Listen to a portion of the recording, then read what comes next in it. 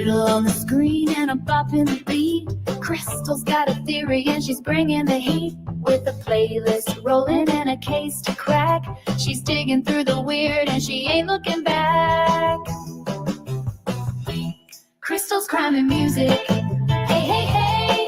Word little whispers and a beat that slays. She's grooving through the rumors, dancing through the doubt. Hop on the stream and help her figure it out. She's got headphones on and snacks in hand. She's sleuthing in slippers, ain't it grand? Crimes and chords, it's a curious mix, but she'll remix that mystery just for kicks. Crystal's crime and music, let's roll. Talking strange old stories with a heart and soul. From cryptic clues to a disco track, she's chasing down weirdness and never looks back. She don't solve crimes, just talks and vibes with a keyboard click and detective drive. She's got music moods and wild ideas and a soft spot for victims through the years. Is that a ghost? Or just bad Wi-Fi? Did that dude lie? Or is it all a sigh? Whatever the twist, Crystal's on the screen with a snack, a song, and a mystery meme. So grab your tea and your favorite chair. She's cracking up theories out of thin air. One part groove, one part hum. It's Crystal's show, let's have some fun. Crystal's crime and music, tune it loud, where the silly gets spooky and the beats are proud. She's laughing, guessing, and spilling the tea. Come vibe with the queen of crime and melody.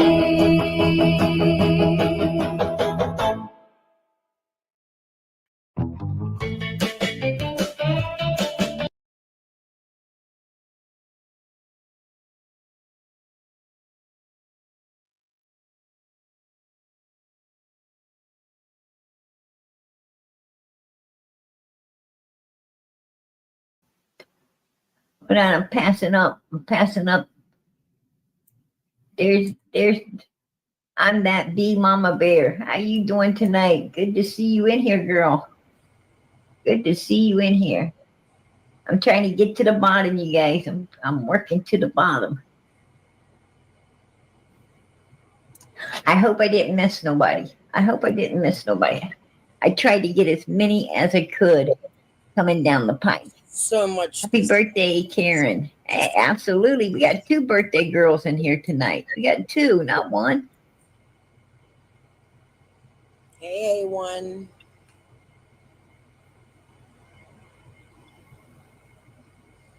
I'm doing good, girl. Doing good. Is amazing. Hey, Peter Chow, how you doing, sweetie? All right. I'm going to, yeah, happy birthday, ladies. Absolutely. God bless. Thank you, A1. Good to see everybody in here.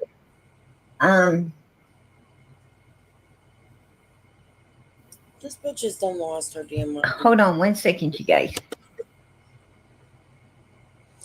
I want you to hear who she's defending in this live. That she says, Piper says Andy took her to where he believes. Summer. Okay, I didn't want to, you guys, I didn't want to snap a can in you guys' ears.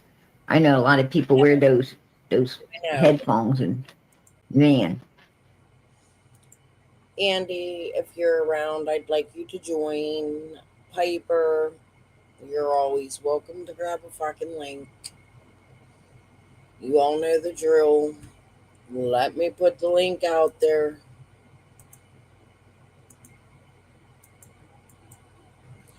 Jody as well, because I'm going to look like a Jody supporter tonight.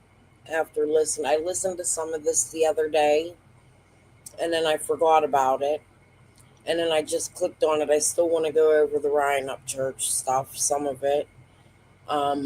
I also want to show you guys a trafficking ring that was busted in Alabama. And I want to go over this prayer garden Yeah, she got her channel back, A1. I went live last night in the middle of the night when I discovered she got it back, and I said, I told you so. I knew she would. In the middle of the night, it just comes back. You'll have to watch the second live if you wasn't there. But tonight, I'm going to focus on Prayer Garden for a little bit, then a little bit of Ryan Up Church, and then I want to go over. There was a child trafficking ring busted in Alabama, and there was an underground bunker. You know what? Maybe we should do that first, if you guys don't mind, because I think it's important to see this. They're stating there's still arrests about to be made. I just didn't have it set up. I was going to try not to open a million tabs today. Okay. Oh, yeah, and we could bring you hope. Who knows where we're going? We're just going with the flow today. But I definitely want to go over a little bit of Prayer Garden. Give me 1 second here.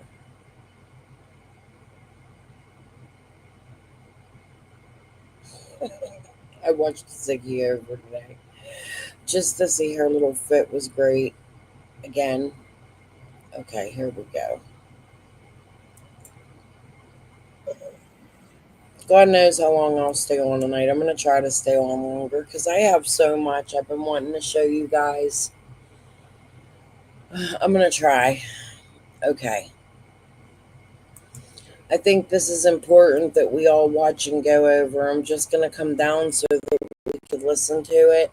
And then I'm going to play a news clip. This is a 30-minute press conference. We could chat in the chat section while we listen. But there's more arrests coming, and it started actually before we watched this. Hold on.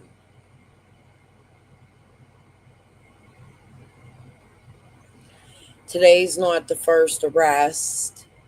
There was other arrests in this case, and they're saying that there's going to be more arrests. So just give me a minute.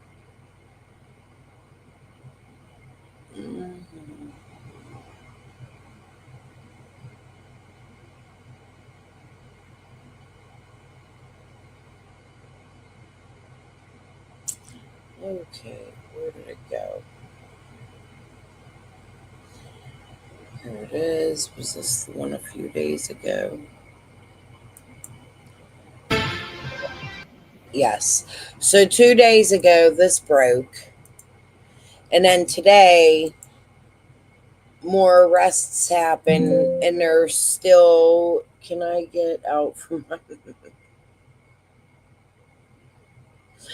Sure, you can, rapper. Yeah, this is amazing. You guys, you need to hear this. And it's disgusting, but it brings hope, but it also lets you know that this kind of shit is actually going on. And this is video from our ABC 3340 Sky View over an underground bunker where the Bibb County Sheriff's Office says child abuse was taking place for months. This is in Brent along Aaron Drive. An ongoing investigation has led to 3 arrests after serious allegations involving children. Court records reveal only part of the story, and right now there are many questions. ABC 3340's Gracie Johnson breaks down what we know and what authorities aren't saying. The investigation began in early February. Since then, authorities have made multiple arrests and filed several felony charges, yet key details surrounding the case are still unclear. Keep the kids in safety. The Bibb County Sheriff's Office says it opened an investigation on February 4th following a report related to child abuse involving an underground bunker near Brent. That investigation led to arrests of these 3 individuals. All 3 have been indicted on various felony charges, including rape, sodomy, human trafficking, and kidnapping. Court filings allege the incidents occurred between January 2024 and early 2025 and involved at least 5 children, all under the age of 12. The court documents indicate that William McElroy allegedly acknowledged having inappropriate conduct with a child. Dalton Terrell reportedly admitted to unlawful sexual activity during an interview with investigators. And Andres Trejos Velázquez is accused of distributing explicit images and facilitating contact between victims and others. They need to be put away and stop all that violence going on with these little bit of kids. You'll never know what they might do to little kids these days. While the charges are detailed in legal documents, many aspects of the case remain unknown. Some of the questions we'd like to ask investigators include, was anyone else involved? And how were the children identified or contacted? We reached out to the Bibb County Sheriff's Office in an effort to get an answer to those questions, yet we were told that Sheriff Jody Wade was out of the county and unavailable for interview. We will continue to ask questions. In Bibb County, Gracie Johnson, ABC 3340 News. All three individuals are behind bars at the Bibb County Jail. This is a developing story we will continue to stay on top of, and we'll bring you updates as we learn more.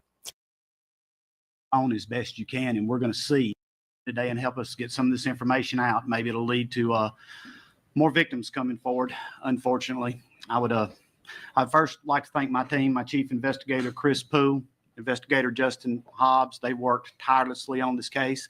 I know we haven't been giving out a lot of information in reference to what's been going on, but it's been very busy and a lot of new things come to light. More arrests last night, unfortunately. The case first started in February of this year. The Department of Human Resources had information that there was possible sexual abuse going on at the residence on Aaron Drive. They contacted the sheriff's office, and Chris and Justin immediately responded there, and they were able to determine that, yes, there was sexual abuse of children occurring there. This was occurring in what had been referred to as a bunker. It's actually a storm shelter. When you pull into the driveway, it just looks like a shed where you park cars, but when you go around back, it's actually an underground storm cellar. It's where all these incidences took place. They were able to interview the first suspect, William Chase McElroy, and as a result of that, they located another suspect, Dalton Terrell. He confessed and gave more information that led to it being opened as a human trafficking investigation. After that, new allegations resulted in the arrest of Timothy St. John, Rebecca Brewer, Sarah Terrell, and Ricky Terrell. So as it stands right now, the total number of victims are 10. Unfortunately, we expect more victims to be found. We're looking right now at 7 individuals that have been charged with a variety of horrible crimes.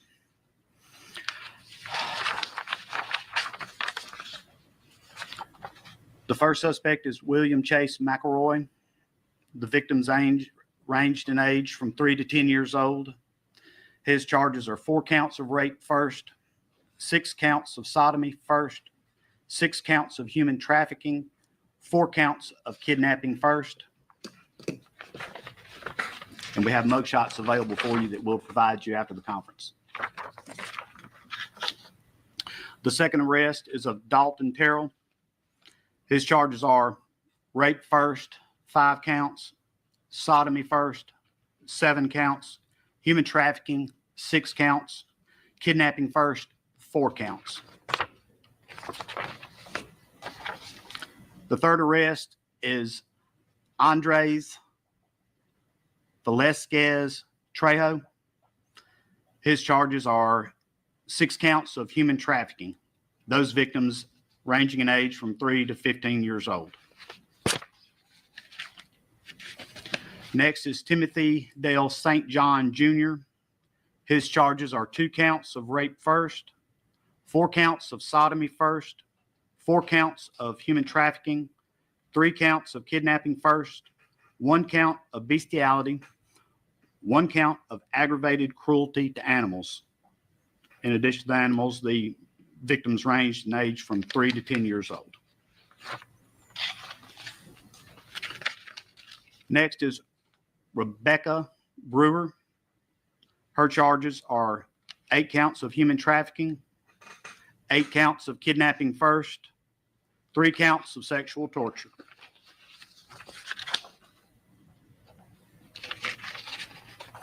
Next arrest is Ricky Terrell.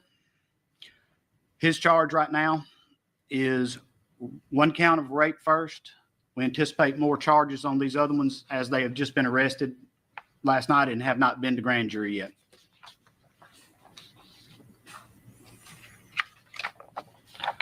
The final arrest made, Sarah Louise Terrell.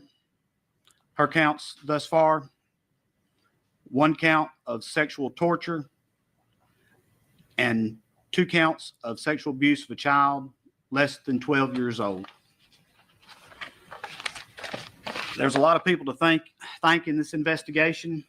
In addition, we'd like to thank our DA's office, the 4th Judicial District Attorney's Office, the Central Alabama Child Advocacy Center that helps with interviewing the small victims in this case, the Alabama Fusion Center that helps us get all this information together and get us a timeline going and help organize everything, Bibb County Department of Human Resources, they've been invaluable, the Department of Homeland Security, as we're looking into possible gang affiliations with one of the suspects that's been arrested, known ties to a gang that's known their main source of income is child sex trafficking. And our 911 dispatchers, they do a tremendous job and they do so much for us other than just answer the radio and tell us where to go.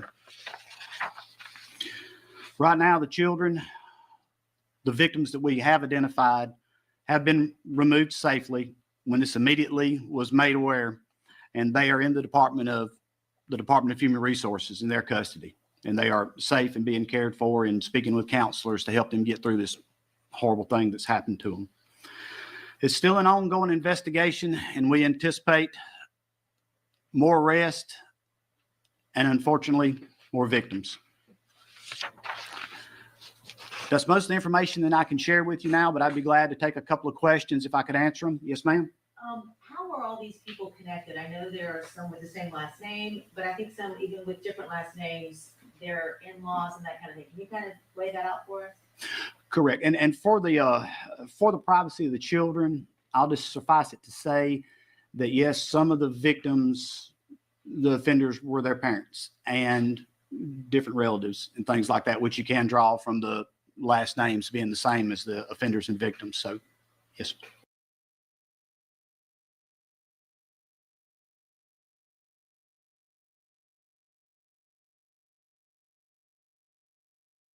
Family and some of them were able to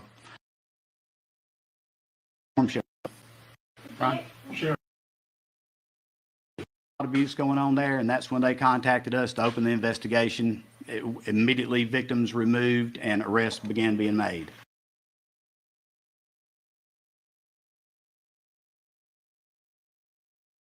Depends on what appointment time the offender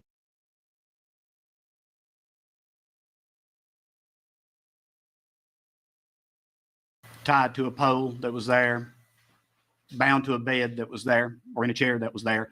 Sometimes there would be multiple people that would come by and victimize these children on a nightly basis. And you know how much they were paying, or was it different?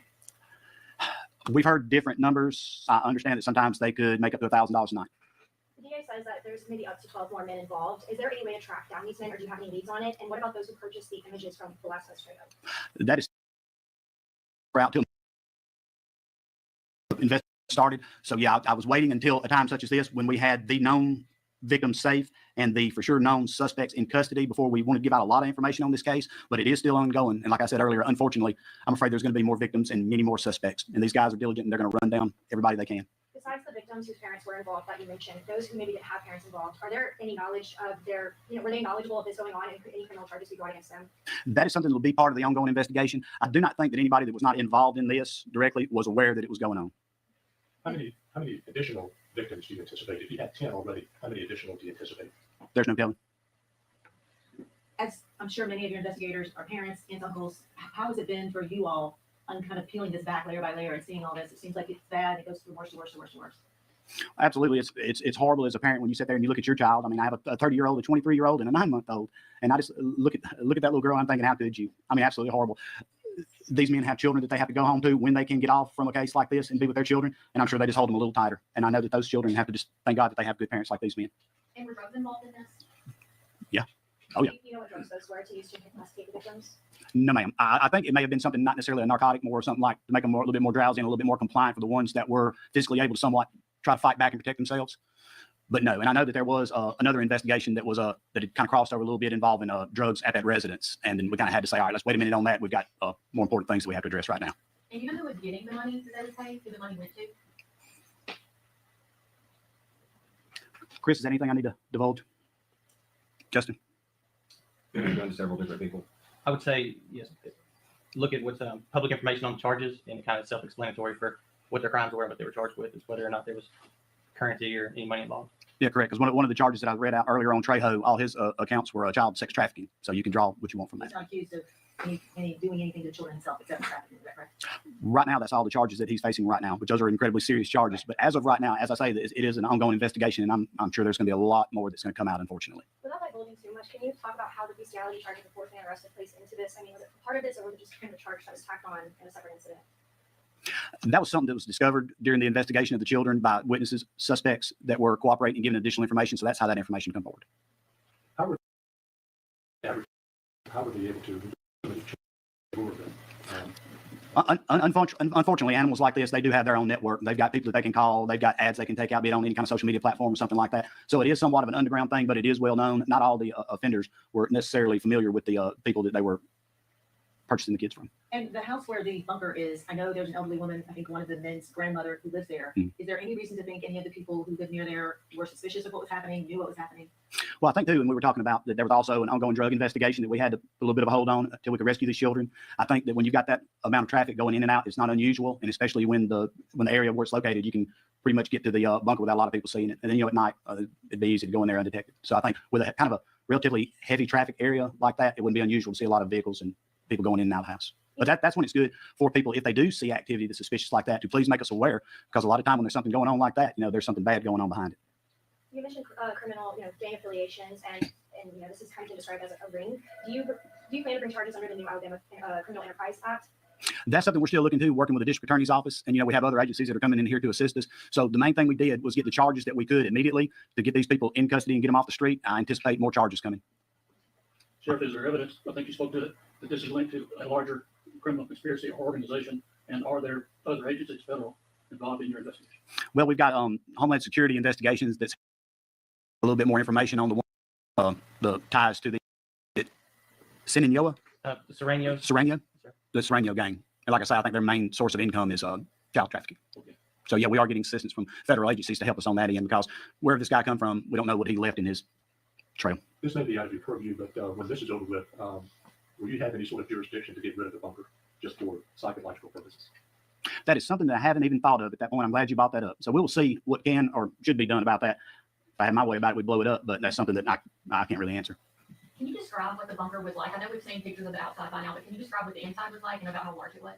Well, it was pretty good sized where you could actually live in there comfortably. I mean, there was a toilet in there. There was a mattress they were using as a bed in there, room for some chairs and things like that. It's kind of a concrete block structure, partially underground, to where you walk around back and you can see it, but it's going to kind of like a hillside. And then on the top of it, like I say, it was like a pad for the roof and then a carport put over. So when you pull up and look at it, it just looks like a carport on a concrete slab. The Hispanic suspect, what's he, or is he legal?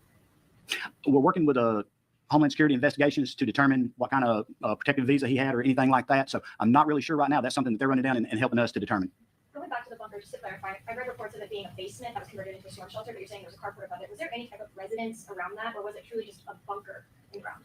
Well, it was right there by the residence, so it was adjacent, but you couldn't access it from the residence like directly. You had to go and come in the back of it. And it was, just for clarification, this was built as a storm shelter and was used for this purpose. This was not built for this purpose. No, ma'am, that was one of my first questions. But no, I do believe it was built for a good thing and used for a horrible thing.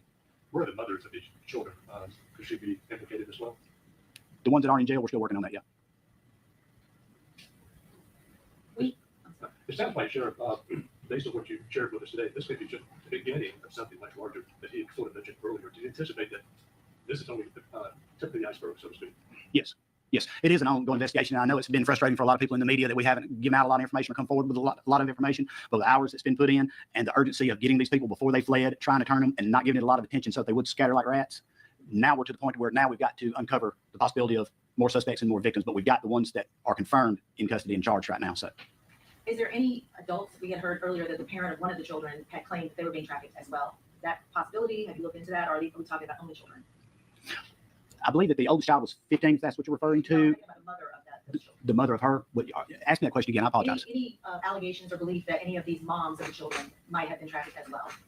That's not something I'm aware of. Chris or Justin may be able to answer that question. I'm not aware that the mothers were trafficked. Okay. Just to clarify, the two women charged are the mothers of these children, some of these children. Yes. How many? I'd rather not say right now, like I say, because of the children are, students at our schools here in Bibb County, and they've been through enough. And I just want to say as little as I can just to protect what little bit of privacy that they got left. As a sheriff here and as a father who said, can you speak to just the severity of this case, and has there ever been anything of experience like this in your time? I think this is so important. I feel like America needs to hear this, and that it happens, and that parents would be willing to exploit their own children, bring other people's children in, have parents bring other people's children in so that they can make $1,000 a day. That's what he said they were bringing in. He's saying there are possibly hundreds of other victims. Where else is this happening?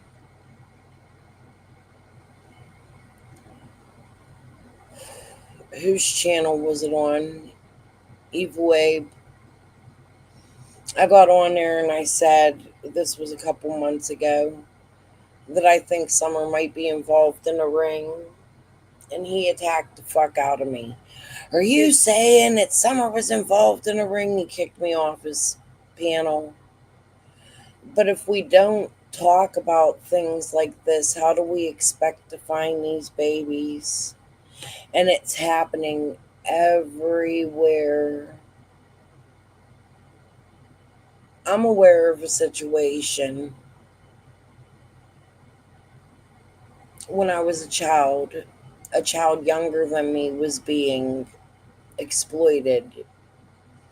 And I knew about that situation a good majority of my life, but I don't think that I understood it as a young kid.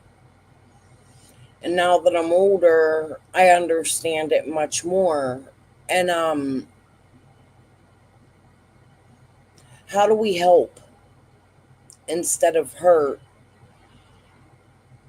A lot of times people just want to hear Summer coverage, but this is the type of things that can help Summer's case. Not saying that this is exactly what happened to Summer, because we don't know, but how many other children does it happen to? How many children are being looked for, hidden? How many are victims? If we don't talk, there's no awareness. Hey, Isabella, I hope you're well tonight.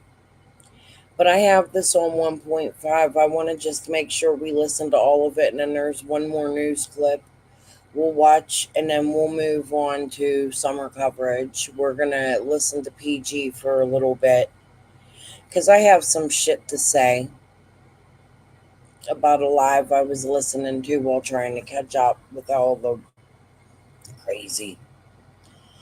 All right. I've been in law enforcement for 33 years, and this is absolutely the most horrible thing I've ever seen when it comes to victimization of children. And like I say, I know God's forgiveness is boundless, but if there was a limit to it, I think we reached it.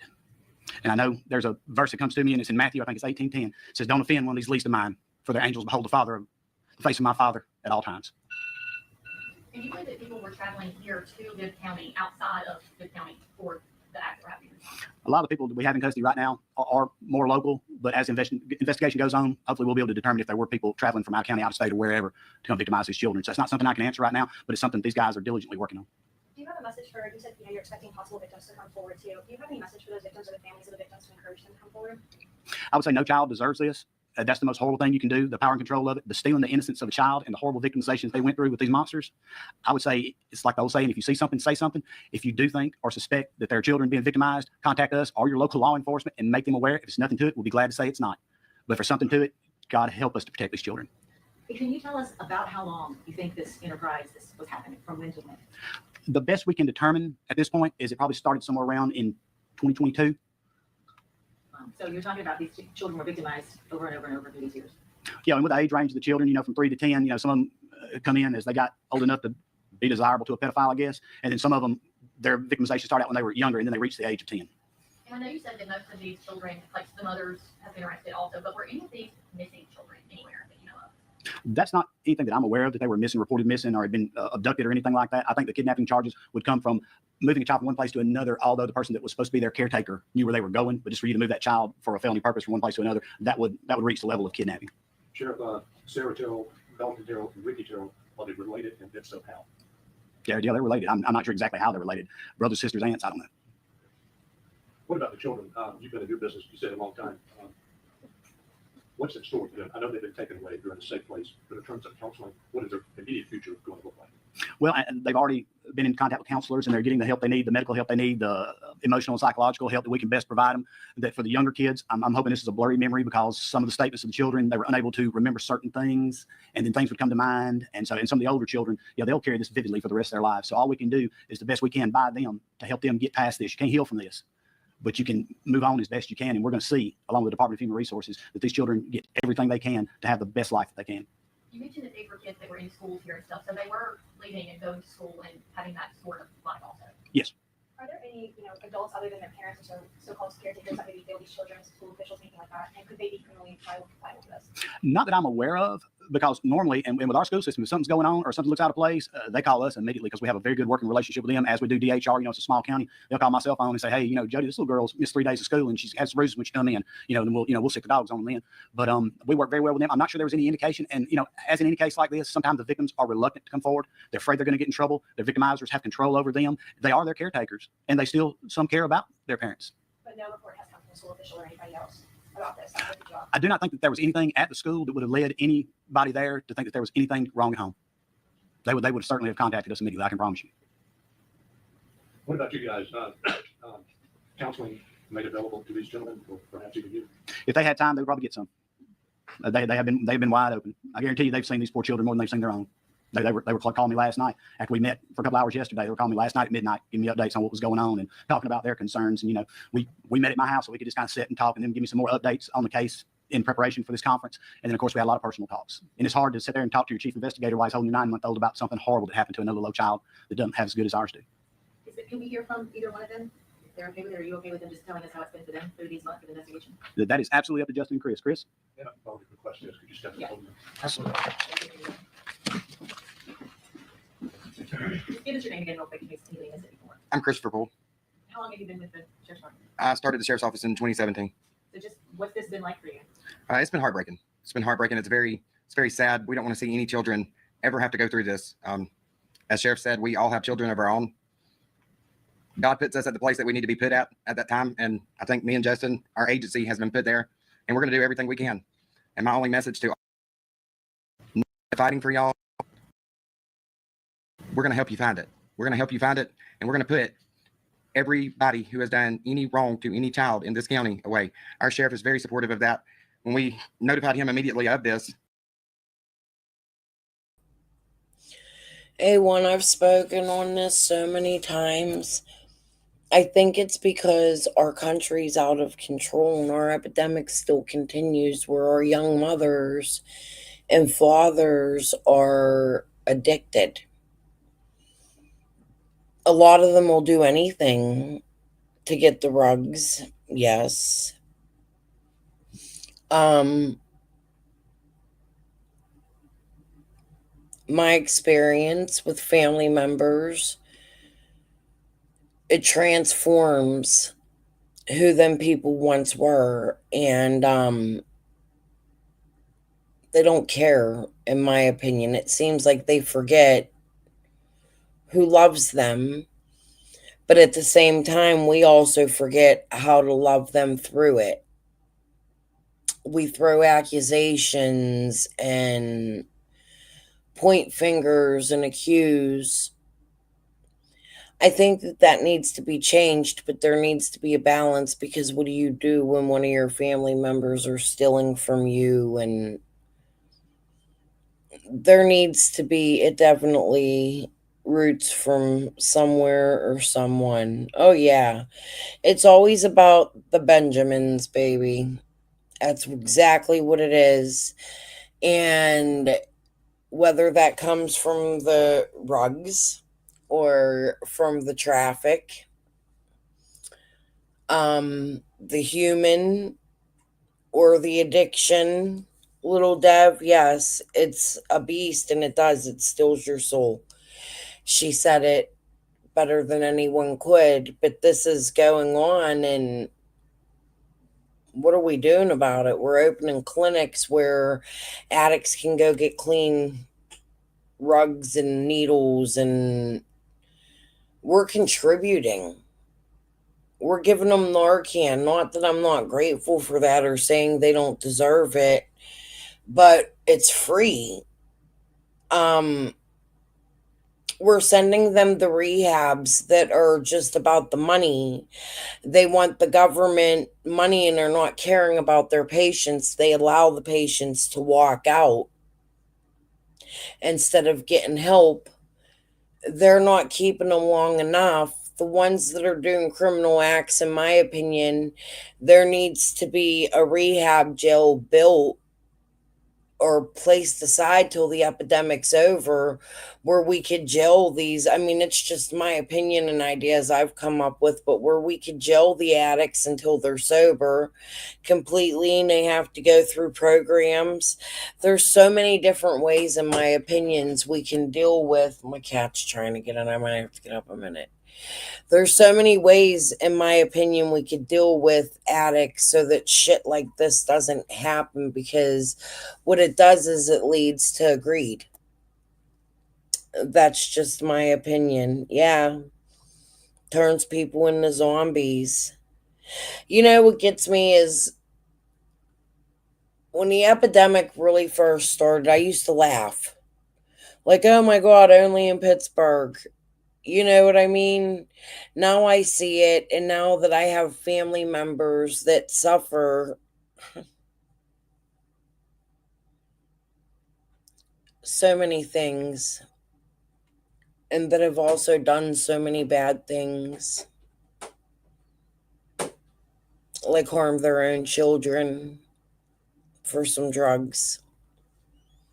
I've spoken about it before. You guys know Tiffany's covered it. People tried to use it against me. But it's the reason I want to prevent stuff and try to come up with ways to help instead of hurt, and maybe be a voice somewhere someday where people will, yeah, drug treatment programs need to be revamped. Yeah, A1. And even a lot of those, like I'm learning in Tennessee, they have a drug court program that I've gone over quickly, briefly with you guys before.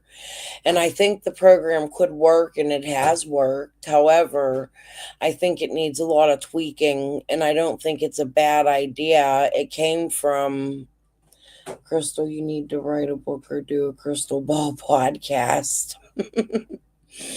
Sounds like fun. Throw me some ideas.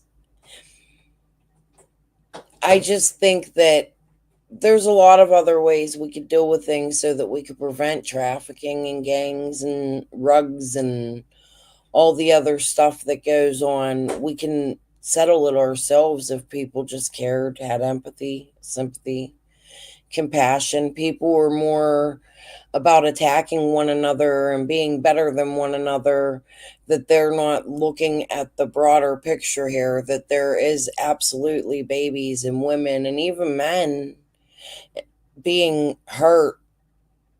Look at Fred and how lightweight his, oh yeah. Like he's really just out. That's another thing too. Those that shouldn't be walking the street walk the street, while those who shouldn't be in jail are in jail. Like, come on, you get caught with a ounce of weed and you're not legal in your state and you're going to go to jail. That's a money grab. That's all it is. It's a money grab for a way for our cities to make money off of paying fines and overcrowding our prison systems. That's just my opinion. Yep, people only care about themselves. They're only out for themselves. Absolutely right, Isabella.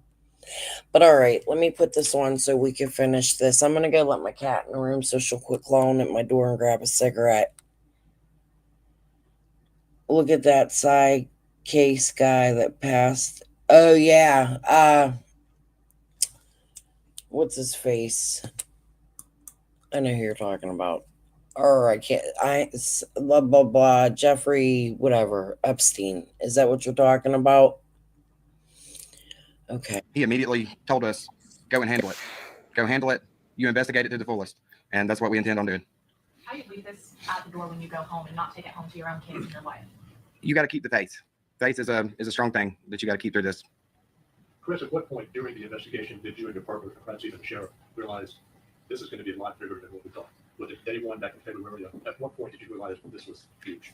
Yeah, so in February, we knew any child abuse is serious to us, but we noticed that it started getting bigger the second arrest that we made. Once we was interviewing Dalton Terrell, he ended up giving us a lot of information, and we started investigating a lot more. Have all of the suspects confessed? Multiple ones of the suspects have confessed. There is a couple that is not. Thank you.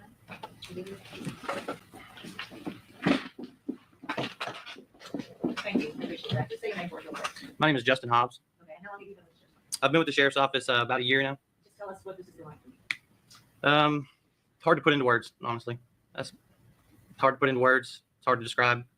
I mean, the sheriff has said this is the worst case against children he's ever seen. He's been doing it a lot longer than you. So this could be the worst thing you've ever seen, and you've only been here a year. So it's got to be pretty shocking to deal with. I would agree with that. Yes, ma'am. Are you able to share with us any expressions from the children once they realized they had been rescued?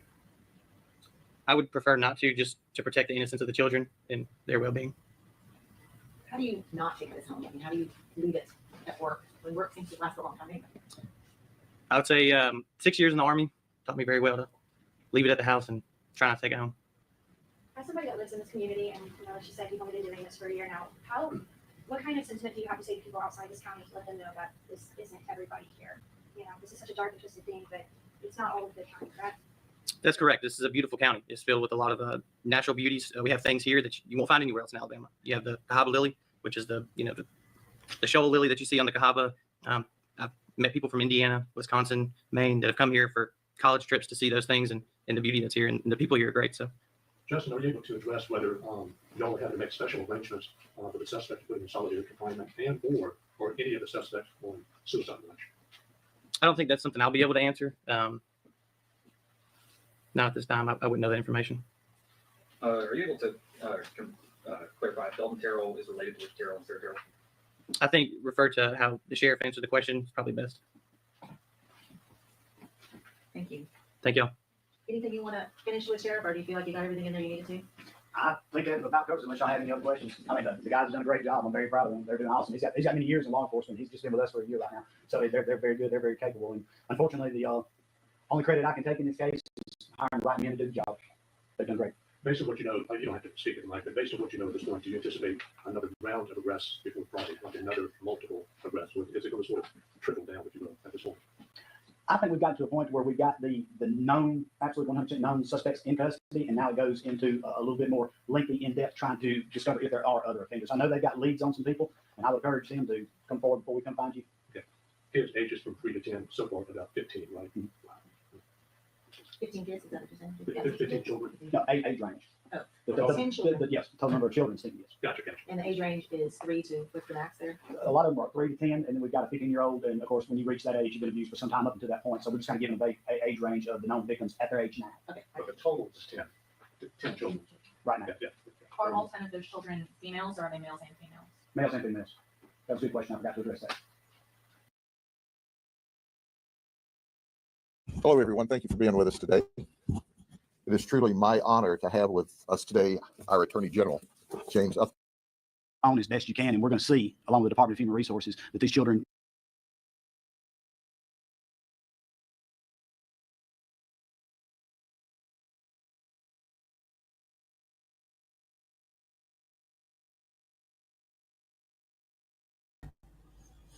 Hold on, guys. I'm looking for the. Oh, hey, Maria. Sorry, I stepped away for a minute to go pee and grab coffee. And let me tell you, I ran out of cream or milk, right? Both. I don't want to go downstairs and ask my daughter-in-law for the baby's milk. So I tried something. I have all natural peanut butter and I put it inside my coffee. A tablespoon of it. Oh my fucking God. It's amazing. I think I'm done with cream. I'm going to be having peanut butter coffee for a little bit. It's so freaking good. Okay. So there was another news clip I wanted to show. Here it is. I've been in law enforcement for 33 years, and this is absolutely the most horrible thing I've ever seen when it comes to. Hold on, it's only 2 minutes. Let me slow this one to normal speed.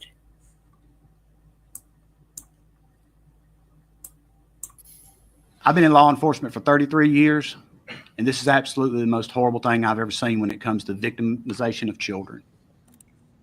The sheriff of Bibb County releasing new shocking details in a case that's best described as a child sex trafficking ring. And WVTM 13's Lisa Crane, she's been following this story for us. She's live and local at the sheriff's office right now. So Lisa, what did you learn today? Well, the most tragic news coming from that press conference today is that they have identified 10 victims, boys and girls, as old as 15 and as young as 3 years old. And they believe there are more of those victims out there. Now, we want to warn you, the details in this case are very disturbing. And some of the images we're going to show you may also be upsetting. But today, Sheriff Jody Wade actually released the picture of the inside of the bunker where they say the atrocities took place for as long as 2 years this was going on. Authorities say the child victims were tied to that bed and that chair, as well as a pole in that bunker. Then people paid money to violate them. Now you can see the outside of the building. It was built as a storm shelter, but used as a den of horrors for these children. Take a look at the now 7 people who have been arrested in this case. It appears the first person you see there, Andres Trejo, was running the operation. He's charged with multiple counts of human trafficking. The other 6 people, Chase McElroy, Dalton Terrell, Timothy St. John, Rebecca Brewer, Ricky Terrell, and Sarah Terrell, are facing charges from rape, sodomy, sexual torture, to human trafficking, kidnapping, even bestiality. The sheriff today spoke with how the alleged perpetrators found the victims. Unfortunately, animals like this, they do have their own network. They've got people that they can call. They've got ads they can take out, be it on any kind of social media platform or something like that. So it is somewhat of an underground thing, but it is well known. Not all the offenders were necessarily familiar with the people that they were purchasing the kids from. Now, the sheriff says there are many victims are children of the accused. The victims, many of them anyway, are children of the accused. Not only does the sheriff believe that there are more victims out there, but he also believes they're going to be making more arrests in this case. There may be more perpetrators as well. Coming up at 5, we're going to hear from the sheriff on why the Department of Homeland Security is also involved in this investigation. Live in Bibb County, Lisa Crane, WVTM 13. That's huge. In my opinion, if the Department of Homeland Security is involved, it's going to be because it's across states or something, countries. Don't you think it could have international ties? Oh, Purple Flower. Yeah, that was sad, but we're not going to talk about that. Jesus. Okay, moving on. I want to go to Prayer Garden. Listen, guys. You all know where I stand with Jody Sue, but sometimes some things are just a little bit too much. And Jody Sue's children are about adults now, including her daughter, almost 18, I would think. However, they were children when her daughter was a child, when Summer's case started. And no matter what your feelings are about Jody Sue, if you're here for Summer, you shouldn't be here to victimize other children. And I'm utterly disgusted by this live that I listened to with Prayer Garden where she's building Piper. She builds Chase, And Scott H, she agrees with the billboards and the rewards. She supports it to no wit's end. And that caused a lot of problems in Summer's case. It even went to court. And I don't understand why Prayer Garden does things like that. So I just, maybe for a little bit, before we move on to Ryan Up Church, let me see. This live is 2 hours and 40 minutes long. How long have I been live? Oh, we got time. We got plenty of time. But I just want you guys to sit back and listen, at least for 10, 20 minutes, to this woman's mouth and what she has to say. We'll probably go even longer than that. This is disgusting, in my opinion. I'm going to try not to pause for a little bit, and I'm just going to write down my thoughts. And when I get to a good pause point, I'm going to come and I'm going to talk to you guys about this, because Prayer Garden, in my opinion, needs to stop her shit.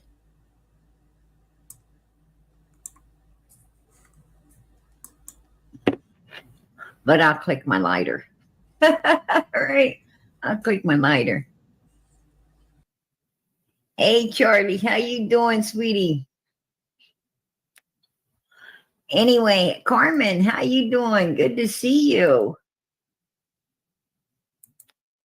All Purple Hearts for Summer. God bless. That is beautiful.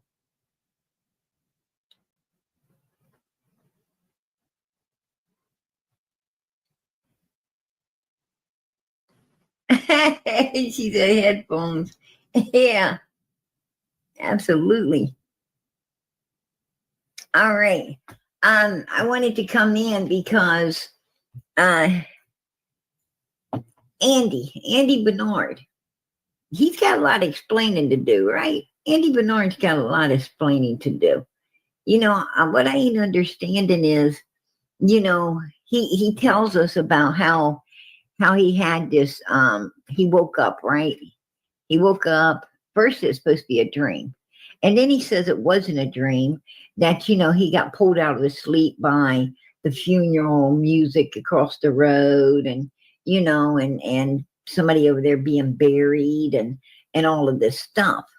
You know, he's changed his story. He's changed his story quite a few times. He's changed up, kind of like Jody Sue, right? A whole lot like Jody Sue. And yeah, I'm going to tell you, Andy and Jody Sue, I'm going to tell you, if I was a bitten person, okay, I guess I am. Right? But if I was going to bet on this particular, you know, this particular case, as far as Jody Sue and Andy having all details to what happened to Summer, I'd bet 10-1 they do. That's just me. That's, you know, my money would be on, yeah, they know. My money would also be on, yeah, somehow they're tied up in this, right? That's my opinion. I very much believe that these people, you know, are like all one, as in, you know, criminal minded, working together. They had some type of operation going. That's my opinion. These people, you know, had some type of operation going up there, where all of them, you know, was making money. They was making money by, you know, supplying something. I think each one was supplying something. And I'm not so, you know, I'm gonna bring some things to the light tonight, you know. There's gonna be some things brought to the light tonight. Right here, Andy Bernard says, or Piper says, Miss Donna, the neighbor, Andy, took me to where he believes Summer is buried. I have marked on a map and pics of the site on my community tab. And she says, just in case it would help at all, you mentioned funeral home, and it's relevant to what the neighbors told me. Okay. And this is, comes from CSI Piper. So this particular lady, everybody said she was, having an affair with Andy. I'm hearing she didn't have no affair with Andy. I'm hearing that, she was just trying to get some information and, was down there, had met up with him and talked with him. And I mean, I'm not saying, that he probably, wasn't trying to put that into the works. But it sounds like she wasn't having it. She was just, trying to get information for Summer. I don't know this Piper person. To be honest with you, the only way I know the other YouTubers is if, they're coming at me sideways or at some point did come at me sideways. And, that's the only way I know the ones that I know right now.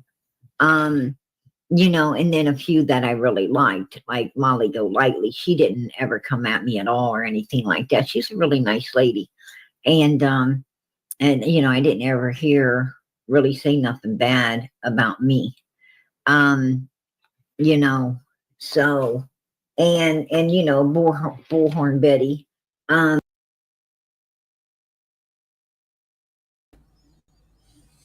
We're going to take a walk down memory's lane here. Just a little bit. I don't know what I can find. I know I have more. And these two seem to be the same video with one being pretty. Let's throw the pretty one on. I'm going to remind you who Piper is. Okay, did you see Crystal's Crime Time? Yes, ma'am, I did. She is a bad girl. She didn't ask to do that. I don't know if you have to, but it should be. Oh my goodness! Are you okay? Wow. Oh, Squall. Are you okay? What? She's okay. She's okay. I'm She's just okay. my spider web's getting bigger and bigger. It is. You're gonna have a cocoon. You're gonna come out a butterfly. Interesting. Okay. But go ahead. I'm gonna let. Somebody gave her a very nice comment and donation. Yes. It was really nice. Okay. Go ahead. I didn't mean Are you watching the stream, chicken? Not so much. Okay. But go ahead.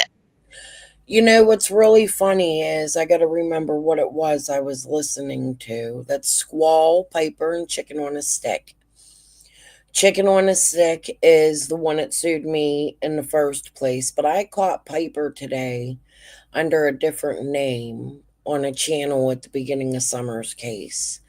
I just got to remember what video it was I was listening to. I planned on going over this, but I want people to keep in mind that Piper was extremely close with people connected to Lamplight and Chase, which is Jamie Jackhammer, who has a channel and was hiding in the woods with TT on the night of the vigil, and the police came. I'm going to look for that. But this is who Prayer Garden is building. Crowdsource Illuminations, aka Piper, in my opinion, not her real name. Also admittedly saying in a video somewhere with Squall that she has known Squall for quite some time. And I do plan on getting back into Squall. I've actually been working on some Kathy the Friend, Jankies, and Squall material that I'm going to be bringing out eventually. It's a slow process trying to find all the clips I'm looking for. But we're going to talk about these things. But this is who Piper is. She's the one that had brought Andy Bernard on panel and then had the audacity to sit with a group of catty girls such as Gavel and their group and talk about Andy B's private parts in a missing child's case. She went on for 4, maybe 8 hours about Andy B and Jody Sue's sexual life. It has nothing to do with Summer. It doesn't help Summer's case, and if anything, it's a distraction. In my opinion, she helped to pay for a wedding that Andy says that didn't happen. I believe it did. They took in money for a camper for Andy. They tried to get him a free trailer.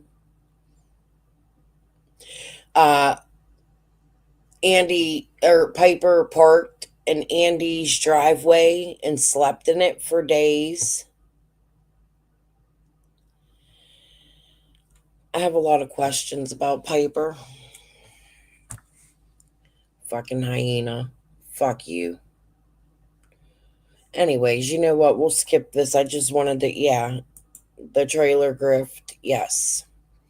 I just wanted to remind you guys who Prayer Garden is recently speaking about. You know, I know a lot of people, you know, have mixed emotions over Bullhorn Betty. And I guess at certain times I did as well, you know, but for the most part, you know, I really liked Bullhorn Betty. She really, you know, when it came to Quentin Simon's case, man, I'm going to tell you what, she was right on top of it. Sebastian Rogers, she was right on top of it. You know, she even put boots in the ground for Summer. You know, she's been a real advocate for these missing kids. And you know, and she has her own style. She has her own way and her own style going about it. And you know, God bless her. God bless her. But you know, at the end of the day, I think she's, you know, I think that her main goal is, you know, these children and to bring them home and to get justice for them and do what's righteous. Do you think this lady's really that illiterate, or is it an act? Begging suit, gold instead of gold, once instead of once. Is she purposely, not that I know of, Isabella, but you're welcome to send it. You think it's an act? I do too, because does she do it on purpose, like she don't know how to speak American fucking English?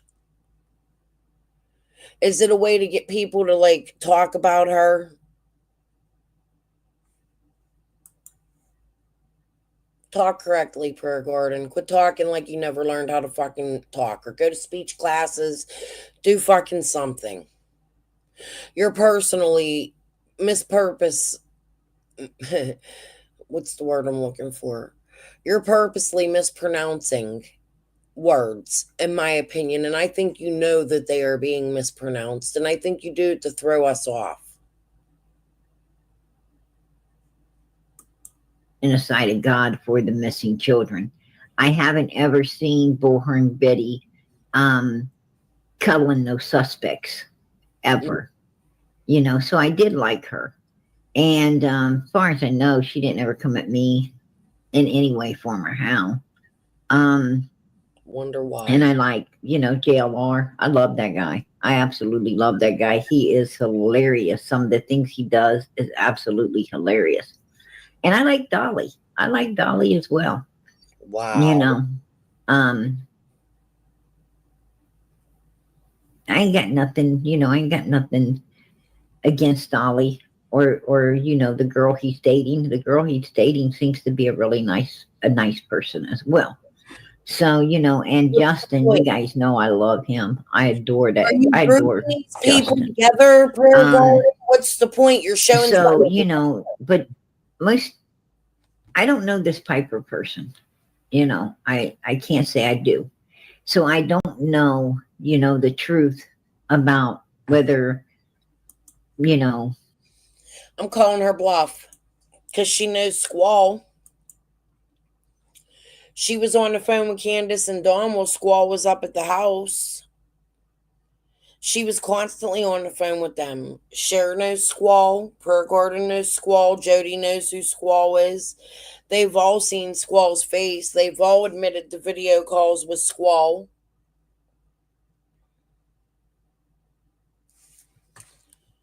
You know what?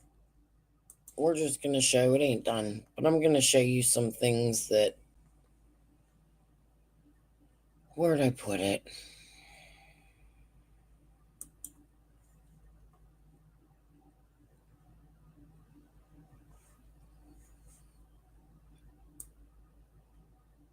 We'll skip the Prayer Garden part and the Jankies part.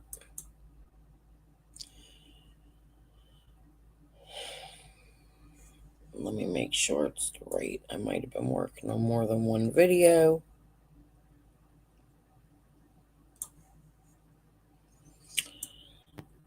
This is strange to me. To me, it seems like Kathy, the friend, is trying to say that Squall was bullying her child. However, I thought Kathy, the friend, had really good intentions for a while. I thought it was cute. She got her daughter involved. And they were making them keychains. That is until she started grifting and her daughter needed clothes and cash apps and gift cards all the way up to college. We'll go over that another night. I don't like their relationship with Ernie. She was driving Candace to meet Ernie where Candace was supposedly throwing phones into a lake and all this other shit. Yeah, she didn't have a mask coming out in the summertime. In my opinion, she acts like Candace's scorned lover. However, I feel like there's more to this because she's extremely jealous of Squall and Daisy in this video. But I want you to hear what she says about Squall and how people are right about who Squall is. And I was the only one out there trying to tell people that Squall was a woman named Rebecca Crawford. And I still believe that to be. Her husband has passed away, but apparently he was doing some shit on Lighthauler Road, according to some. Okay, let's let this play. Somebody asked me, actually, somebody said something about, why am I talking about Addison so much, or bringing her into this so much, or what the hell ever. Yes, Squall, I'm talking about you. I'm going to address. Maybe. Oh, you're crap. Maybe. I didn't say otherwise, but maybe. Because my child means something to me. And now it's clear why you've been paranoid all this time about people finding out who you are. And yes, it's confirmed. You are who people say you are. So you go on and tell all these nice people where your kids are, what you did to your kids.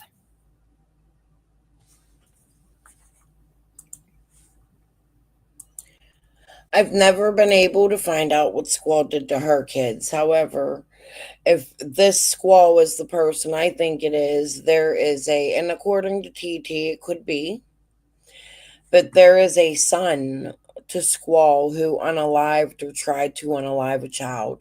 I've gone over it.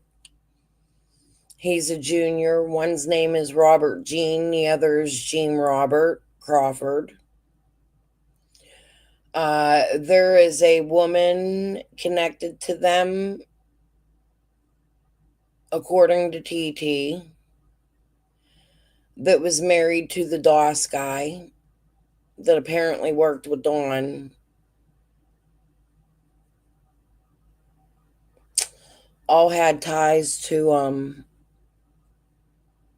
Kathy Gordon and Ziggy and Fred and the A. Johns and some wiretapping and Bowers and Bowsers or whatever. Yeah. Got to do some research, guys. I can only show you so fast. That has happened. Summer is still first. She is who matters.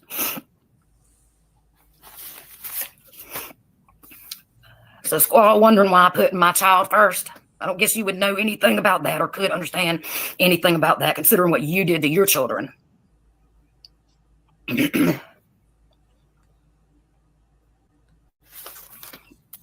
I'm sure this will get back to Squall as well. Squall, I'm still waiting on the FBI to come knocking on my door.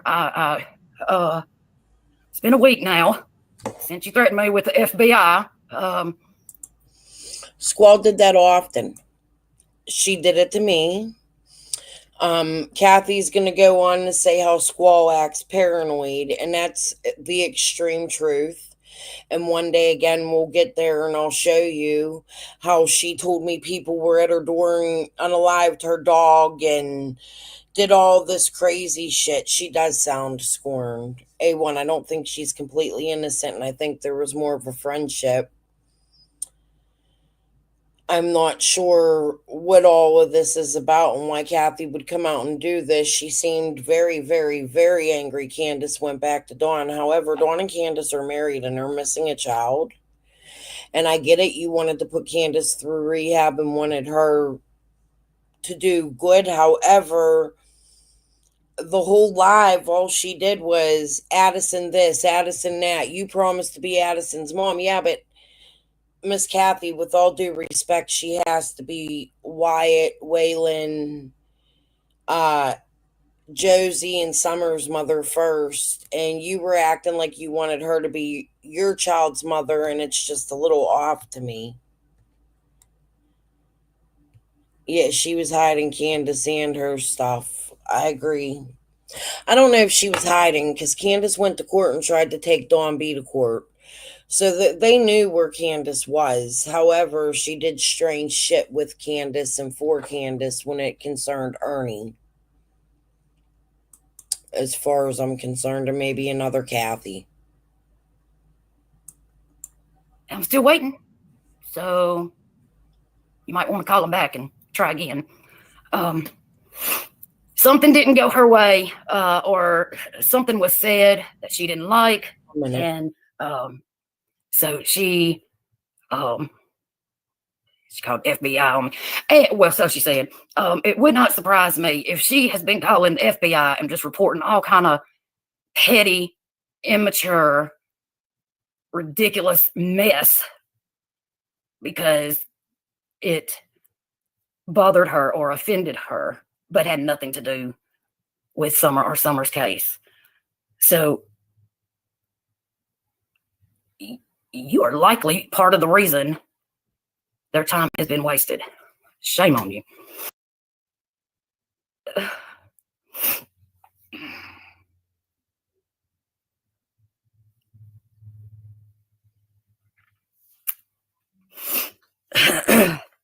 I don't know why he would not look. I do remember telling Candace that that'd been the first thing I grabbed. That would have been the first thing I grabbed. That and been proud to show it and been telling everybody, see here, see, and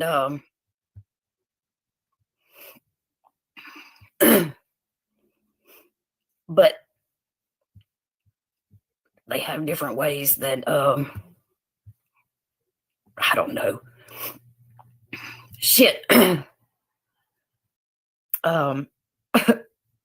Very tech savvy.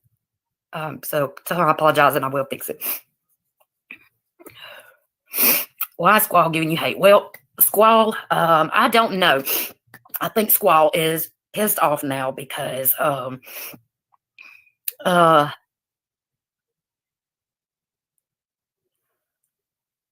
Squall quite a while back had words with Candace herself. told her she was using people for what she could get out of them, and expected things from people to keep giving and giving and doing. And Candace blocked Squall. Well, Squall That's basically, true. you know, cried for months and months, and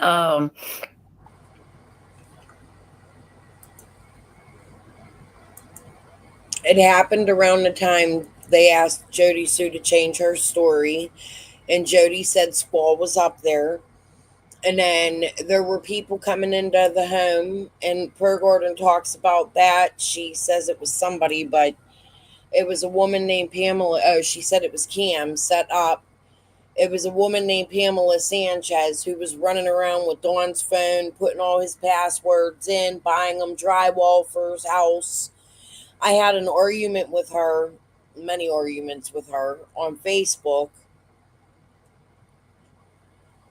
Ooh, I probably even still have some of them saved. But Prayer Garden is talking about that in this live that I turned on. And it's strange to me because it's 4 years later, and then she's talking about Jody Sue's son being in the woods, and she knows it was Jody Sue's son, which they put a picture out, and the man was like a 40-year-old man. It wasn't Jody Sue's son. And now you got Cam coming back talking about the 333 Snaps Ferry Road, when in all actuality, if I remember correctly, don't quote me, but if I remember correctly, that Ralph Wishon and Jody didn't even live there at the same time. So I don't know why they're trying to come back and rehash all the old shit that's already been gone over, discovered, figured. I don't know what the MO is going on with people like Cam coming back. And Jody's right. She's been reporting on he comes back when he's about to go to jail. She looks it up and boom. He has a court date, was just fucking arrested again. He may have gained weight, but I don't think he's sober. That's my opinion. Yep, agreed, Isabella. Yeah, to make money or hide something. I don't know what it is. But let me go back to Per Gordon. You guys get the gist. There was just a lot going on with Squall and these people that Per Gordon's over here. I don't know. Andy and her, everybody tried to tell me they had a thing going, but it doesn't sound like it. It doesn't sound like it. So I don't know.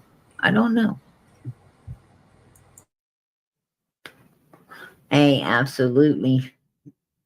I love Justin.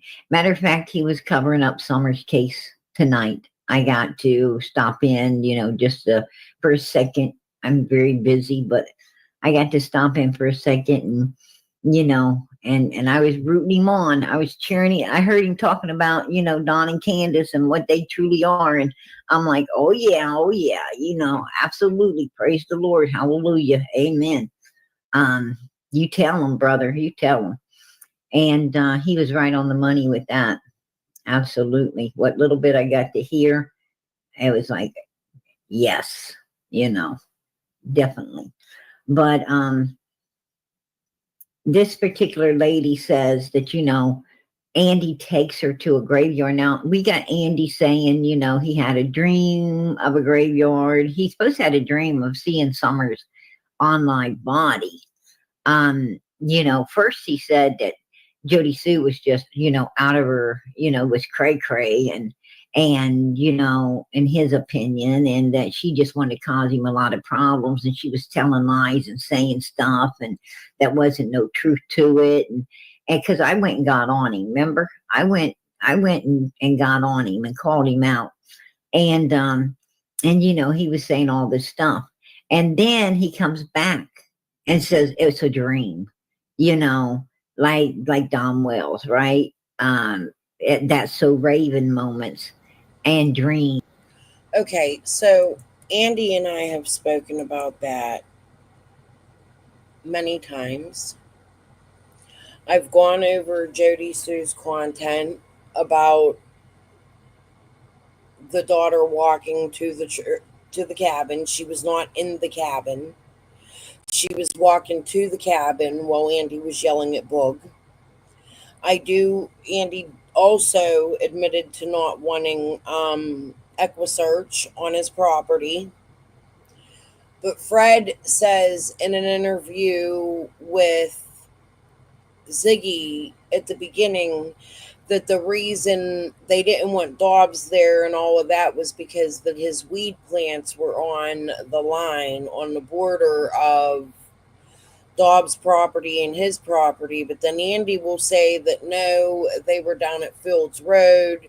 But then there's a fire, if you guys remember, at Fields Road. I've covered a few times. However, Fred goes on to tell us that it's not. Everybody all these years have been saying it's Fred's property. However, Andy's property. And Fred says Andy went to that property went to his property on a day Summer disappeared. However, the property that's on fire while they're searching for Summer actually belonged to a Morlock. It was in my chat. He said it. I have to go look for it, but it wasn't Andy's property that was on fire, and Fred's right. I looked it up on the property viewer at one point. So that's worrisome to me. Where was exactly Andy's weed plants? Was it on the Dobbs property or was it on the Fields Road? Because then that means Fred's lying all about the Fields Road shit. Do you understand? Especially when the property that was burnt while they were looking for Summer and Ansley Daniels is on the news. Let me see if I can find that.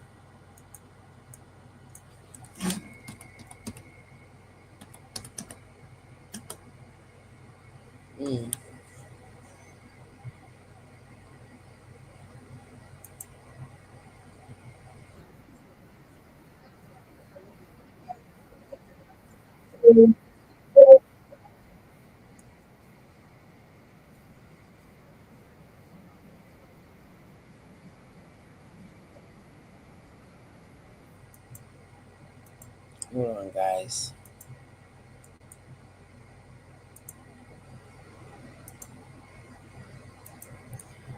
Give me 1 minute here. It was this news broadcast. I don't know if this is the clip. Let's hope that you can see it in it.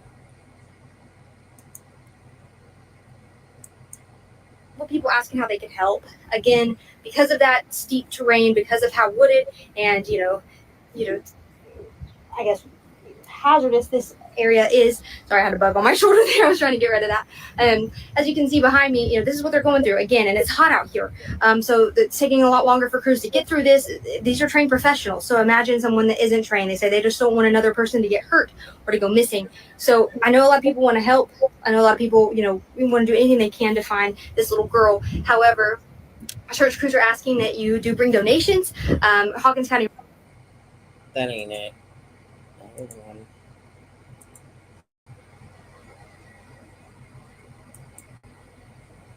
And so again, I see a couple people asking how they could help. Again, because of that steep terrain, because of how wooded and I guess hazardous this area is. Sorry, I had a bug on my shoulder there. Hold on, guys. I'm looking for it.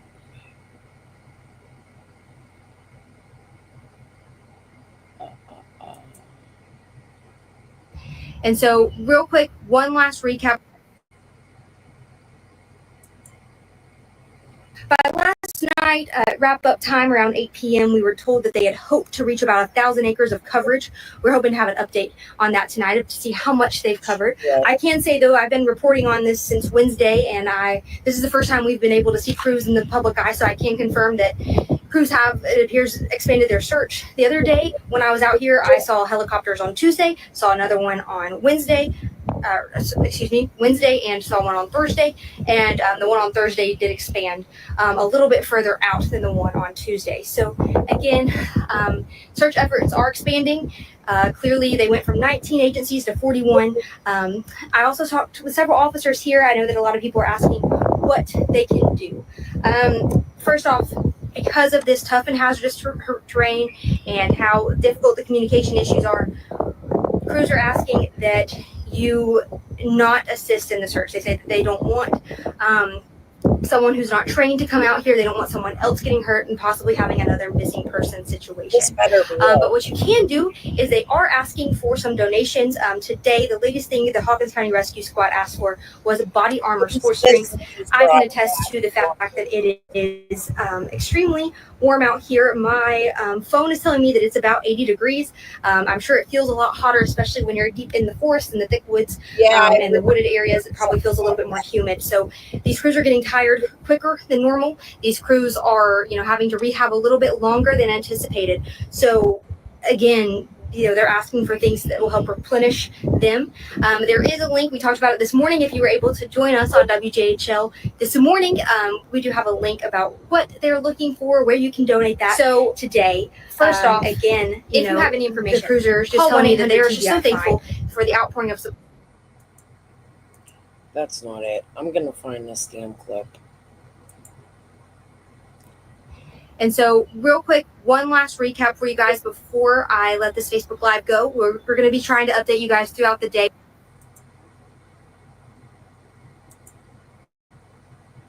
One 1-800-TBI-FIND. If you know anything, you see.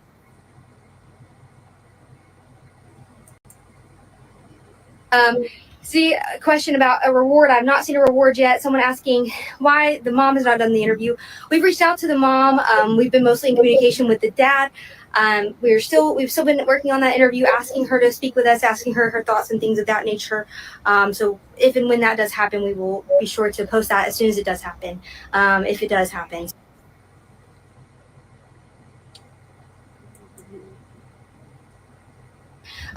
So far, what we know is that there are dive teams here. There are hazardous and terrain search teams, drones, canines, water rescue, different agencies, including the Tennessee Bureau of.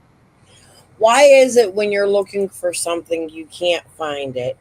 I've covered this before, and I have the whole news clip. It's in my set of videos. Actually, you know what? That's how we'll do this. I hate when it looks like I'm not telling the truth. Hold on. It's in this set of videos here. Let me go find it.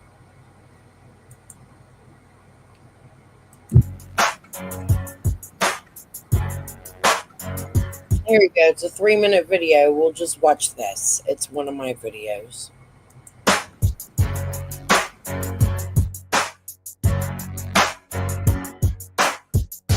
Good morning, everyone. This is Ainsley Daniel with WJHL. I am here in the Beach Creek community of Hawkins County as the search for missing 5-year-old Summer Wells is well into its 4th full day here.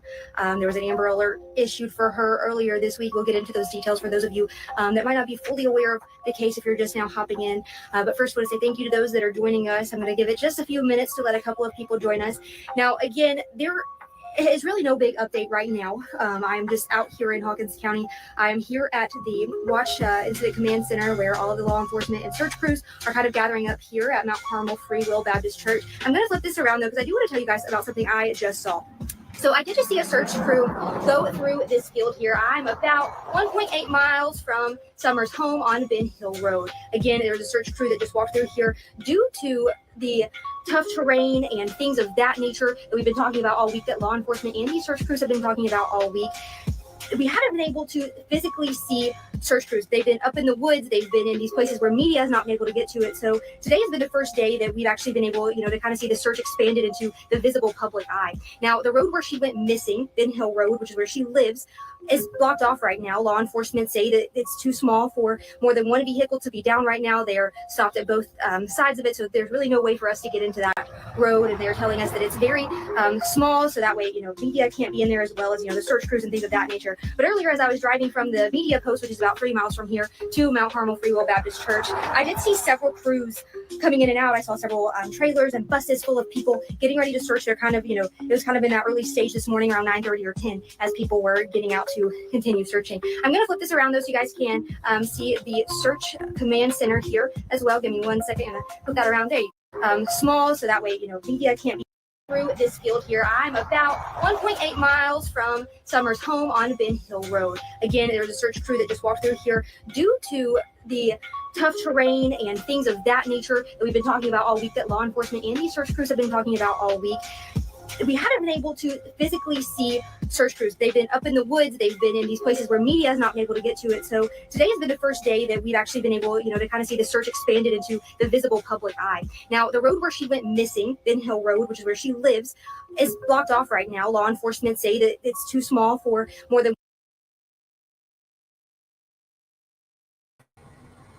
This is also the area they continued to search over and over and over and over. It wasn't Fields Road that they were searching. It wasn't Andy's property. His property is across the street and up over the hill behind another house that is fenced and gated off. However, YouTubers made you believe that this is the area that Andy's home is in, and it's not. This was actually a Moorlock home. And it burned right in front of us. And Fred talked about it when I covered this. One of the 2 times I covered it, 3 times. So if you go through my lives about probably 6 to 8 months ago and look for me, just scroll through and look for me covering this, you'll see what I'm talking about.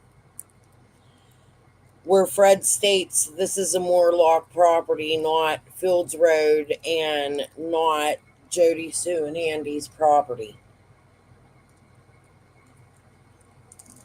Karen Renfro's a Moorlock. Keep that in mind when we start going over the shit we went over last night with Ryan Upchurch. But let's go back to Prayer Garden for a little bit because I've done everything but show that.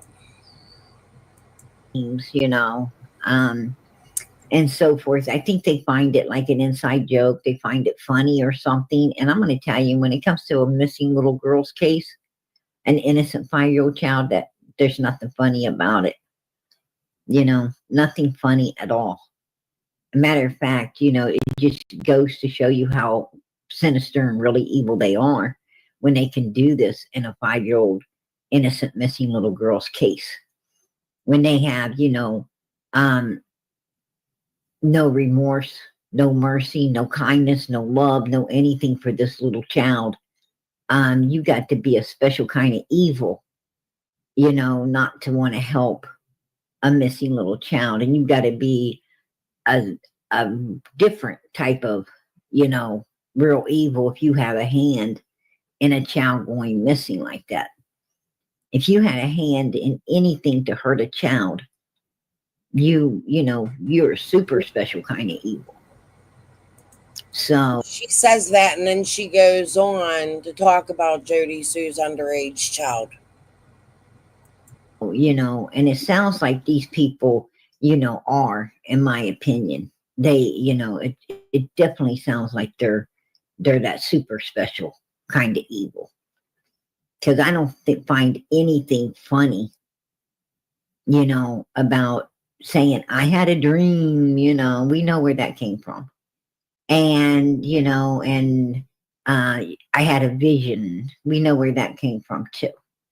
So, it's just like they get off on playing games, right? And that's just sick.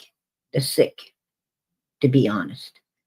But he said, that it was a dream. And then all of a sudden, the gravesite, he says, was a dream as well.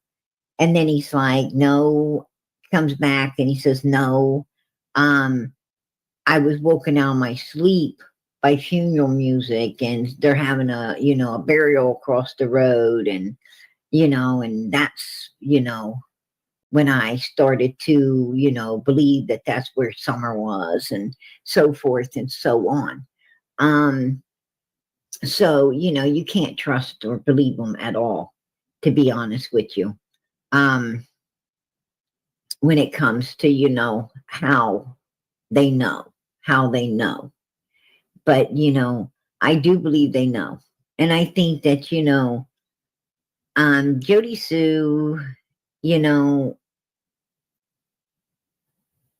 is one of those people, you know, the only time she really, you know, starts to turn her life towards God is when, you know, things ain't going really good with her, and, you know, and she, you know, is really bad off, maybe, you know, thinking she's going to meet her maker or something. Then she gets, you know, pray for me and, you know, all of this godly stuff. But, you know, as long as she's over there, you know, filling top of the bucket and, you know, feels like she ain't having no complications or issues or anything, she's like, you know, don't even think about God and just spreading horrible, ugly, terrible, sinister stuff that, you know, makes no sense whatsoever. I hate to say this, but I can make more sense out of Jody Sue than I can Prayer Garden. I don't understand Prayer Garden's not being a neighbor and wanting to do everything she can to interfere in Summer's case and attack Summer's parents. I'm not saying, here guys, hit that. I'm not saying that I don't sometimes seem like I'm attacking Dawn and Candace, but it's usually to stick to facts of things or the timeline or the people that were surrounding. I don't bring people in from Dawn when he lived in Arkansas, and I don't go up on Ziggy's and argue and fight, and I don't harass his wife.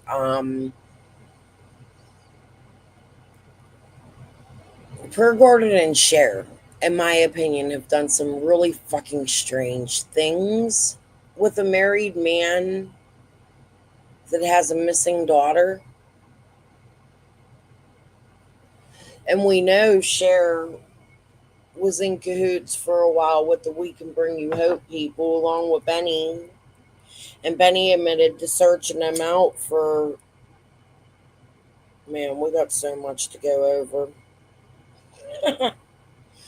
I gotta keep coming live. Yeah, PG is a fake. I agree.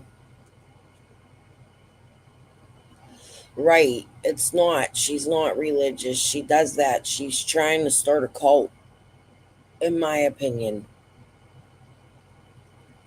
And I also agree with Jody Sue that Prayer Gordon doesn't have little kids. She had that one child's voice in the background one time, and it sounded like Allie's daughter. But if Prayer Gordon has children, they're either fostered, adopted, kidnapped, in my opinion, speculating. I have a problem with Prayer Gordon. I don't like what she does.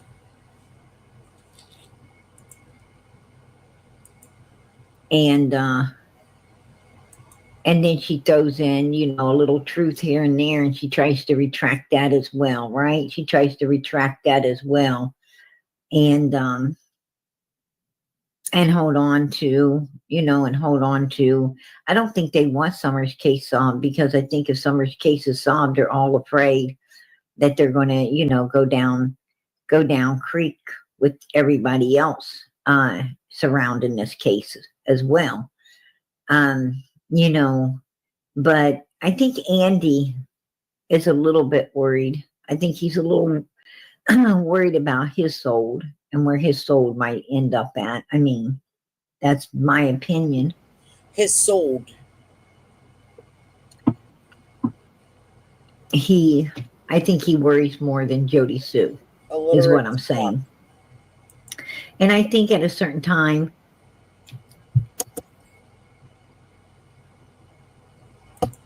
Andy did want little Summer back. I think Andy, you know, sometimes he wants to change his life, sometimes he don't. That's, that's my opinion. Sometimes he wants to get on the right road. And I think he worries about, if he's going to get into that pearly gate or he's not. And I think what I'm saying is I think Andy is capable, is very capable of feeling guilt. She's pretty much just You guys straight gotta bear abusing with me. someone. I've been dealing with this cold, and I'm telling you, it's like She does everybody exactly around what me. Ziggy does. Everybody around me. I And don't she know where came this here shit to comes from, but everybody I've met, it's like, oh my. Also, I do remember a time where Ziggy was up on a hill. Someone reminded me, I'm trying to remember when, but there was a time Ziggy was up on a hill and she went to church with the Wells and she hung out with them and she went up there and she got the dog. So I do believe Ziggy was up there partying with the Wells and drinking and whatever. I want to know why the Wells pick certain YouTubers to become friends with, like their. Why not go to WJH Elmore or News Nation or CNN or Fox News? There was a time Don said he'd take JLR on Fox News, but he wouldn't do it anywhere else. Why? Dawn and the N-word. That's another thing I want to go over that I have.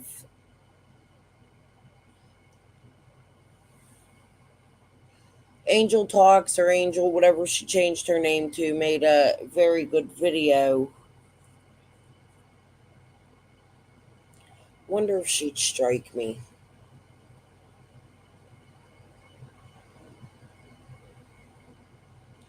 About Dawn using the N-word. I want to show that video, but I want to caution people and I want to tell people that Dawn's thoughts are not my thoughts. I'm not racist like that. Am I guilty of saying the N-word in my life? Absolutely. Even recently while my husband and I were fighting, and I shouldn't. But I would never, ever in a million years say something like that in public. Or Angel does a lot of work. She researches a lot, and she's also been attacked on here a lot. Tiffany. But anyways, yeah, let me show this video. So you throw in this like QAnon factor with the jackhammer and the CSI and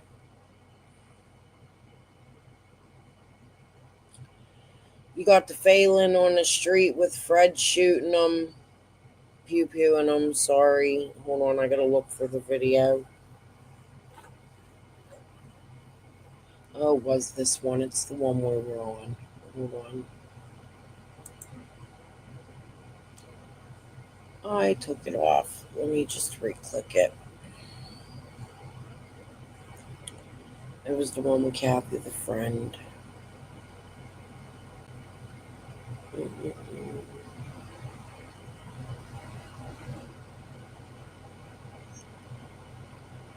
Where did it go?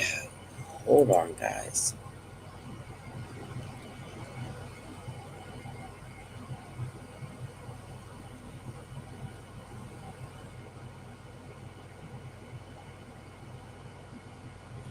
I literally just showed you guys this video and now I can't find it.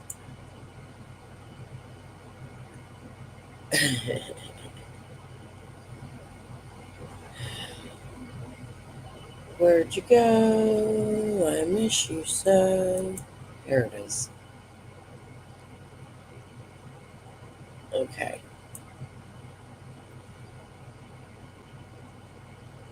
So,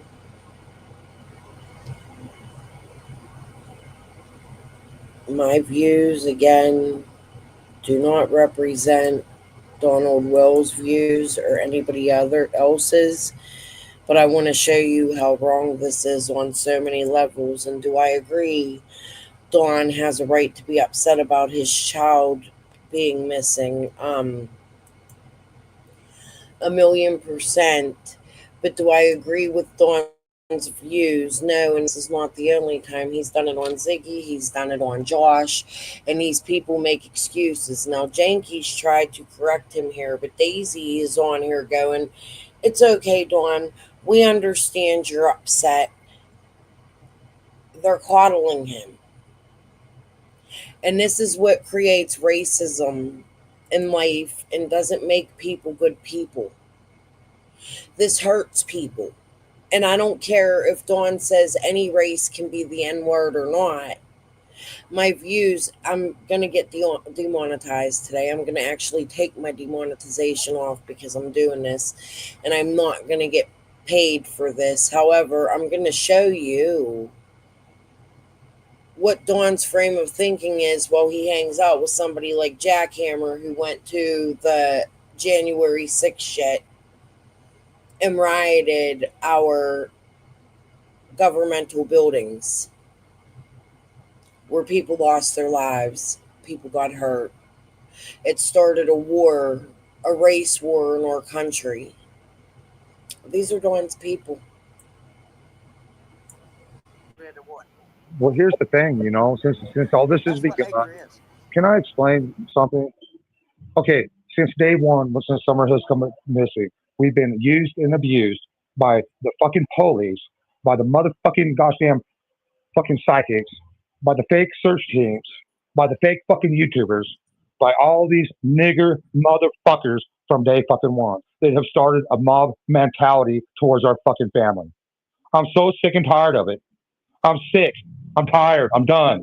It's not happening no more. I'm here to fight against all the fucking niggers out there. And yeah, I will use the fucking N word. White, black, yellow, green. I don't give a fuck. Don, No, I'm not projecting this towards my friends. I know. But I'm sorry. I can't help it. I'm so pissed off. I can't help it no more. I can't stand it. I'm done.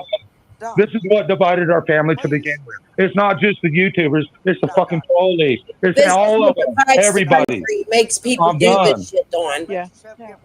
Well, No, I'm worked up. I'm done. I'm tired. I can't stand it. This is the reason that it was so dangerous at our house that I was like, welfare, please take my boys out of here because it's dangerous. It's bad. Yeah, I'm going to fight. I'm willing to fight now. It's not, no, I'm tired of all of them. From fucking Hawkins County to the fucking police, to the fucking judge, to the fucking YouTubers, to the psychics, to the fucking fake search teams, to all of them. And if anybody wants to come up against me, I'm right here. I'm right here live on Daisy's channel. Come up, niggas. No, not you. Not you. Who said that? Thank you, Sherry. Sherry. Anthony, Sherry. Damn it. You got a right to be upset, Don. You got a right to be upset. No, A lot of people don't like that word. It's because a lot of these people here, they are black people and they love you. No, it's not about black people. It's not about black people. And from what I learned, man, growing up where I grew up, it's not about black people at all. I'm sorry. I do not. No. No. Yes, ma'am. Yeah, if they want to blame it on the black people, that's their problem. Because I'm not saying it about black people in general. There's many good black people out there that I love with all my heart.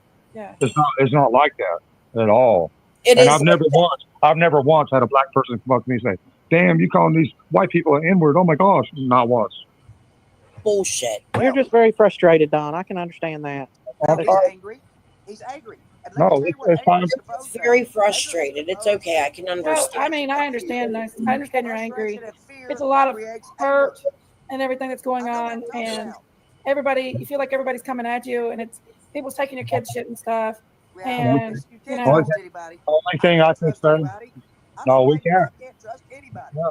Hell with all of them. It hurts Candace's feelings. I know she gets You really know what? emotional. Candace don't know what to do but just shut down. I've been talking to her. It's time to fight. She needs to stand up and she needs to come out there and tell her side of the story. I Yeah. get she's got to do this. Yeah. But she's not ready. I mean, I'm hoping she gets ready soon. Yeah. I have complete faith in her. Is she a perfect woman or anything else? Hell no. Are any of us perfect? Hell no. No, But not but so. is she guilty of having something to do with Summer's disappearance? Hell fucking no. No, May I say something? she's not capable of hurting that baby. Hell no. We all stand Or at the you. foot of the cross on equal ground. Yes, ma'am. We all stand at The Candace that I know, equal ground. So the Candace that I know loved her babies. No Yes, doubt about she it. loves her. She loves her babies with all her heart, ma'am. with everything she's yourself. got. You don't know. She loves you guys. She loves you guys with all her heart. We What love is her that? too. Well, I no. mean, oh, I love McCann. I love her. I'm Okay. sick of it. Auntie, hang on. Listen. Yes, Auntie does get riled up every now and then. Auntie Sherry.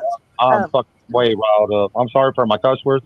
I'm It's sorry. okay. Let folks. it out, I Don. Let it can't out. help it. I can't help it. I'm so sick and tired of being There's just sick a lot and of tired. people that love you guys and support you guys, and they are black people in here. True that. And when True you say that. that word, it really upsets them. N-word? Yeah, they love you. You got a lot of supporters in here. Come on, man. There's N-word in every color. A nigger is a nigger. I'm sorry, folks. But come on, man. That's the way it is. Says that he's picking the lowest of the low. Yes, No, ma'am. And what's that could be any color or any. I don't. It's not about black. It's not about black. I'm sorry, man. I was a nigger once in my life. Okay, I was on the street. I was doing all the bad things. I was a nigger once in my life. I've had people call me a nigger, a white boy, and that made me think. That has changed my life. I'm sorry, but I'm not sorry. Okay.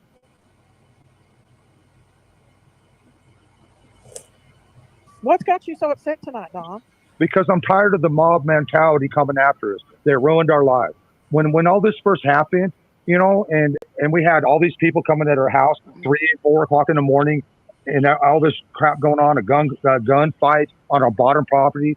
Cops was out there, all kinds of crazy stuff going on. We had I have asked about that several times. Apparently, there were psychics down there gunfighting.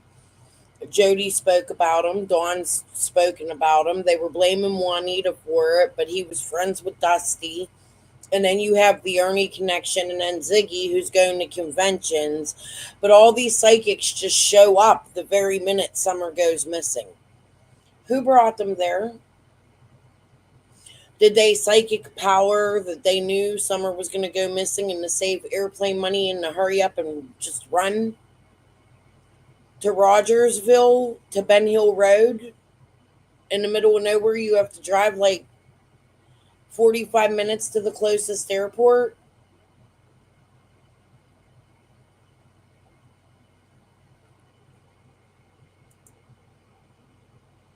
It pisses me off. He's go lightly crawling up our hill like a freaking freak and everything else, and then putting it all on YouTube and all kinds of stuff. We had, but yeah, we had so much going on. I felt that it was safer. But you also allowed Cam and Allie to record it and Benny to record it and to put it all over YouTube as well. Well, you promoted Benny and Chase buying bear spray to spray Molly with, something that could kill her. Well, Benny went down there and threatened a woman and called her fat. I'm not saying what Molly did was correct, but 2 wrongs don't make a right, right? You ever learn that, Dawn? Just curious. Our boys was not in our custody. And when the welfare wanted to take our boys, I was more than happy to let them take them because it was really bad at that time. And yet I'm very pissed off because not only did the YouTubers and all these fucking niggers take advantage of us, also the niggers of fucking welfare in Hawkins County took advantage of us and fucked us over. Yeah, I'm pissed. I'm fucking mad. 10 times. I think the one of the biggest mistakes that you did make was telling them to take your boys because I know that now. I know that now. I agree 100%. You're right. Yes. I'm high maintenance. I don't. But A lot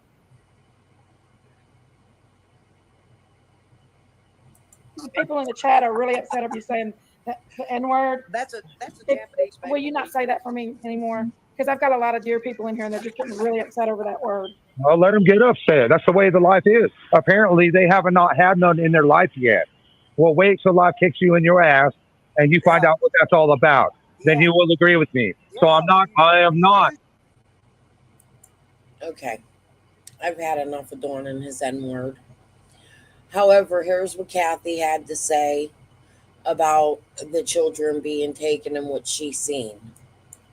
So getting custody of the boys back or whatever's going on here recently, I don't know.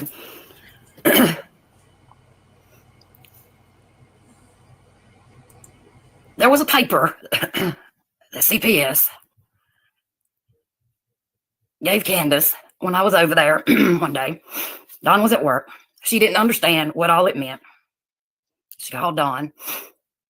I read that piece of paper to Dawn. I'm sure he remembers. On why the boys were taken. It would be so simple, though, if all that he claims is true. Show that piece of paper. Show why they were taken. You don't have to show any detail. Just why they were taken.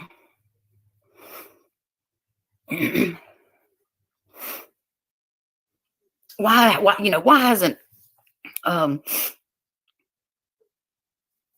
if the boys were taken for just for their safety, show that piece of paper.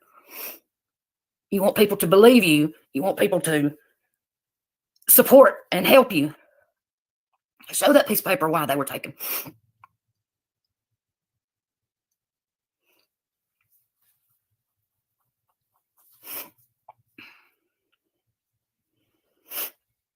I'm curious why we haven't seen the, well, I haven't either, but why nobody has seen the lie detector test. I know Don has his. I know Don has his. That's a conversation he and Candace had. They were speaking about them, and she said that so-and-so had hers, and he said, well, I have all my paperwork here, and I have a copy of my lie detector test in there, but I haven't looked at it yet, so it's in there, I guess.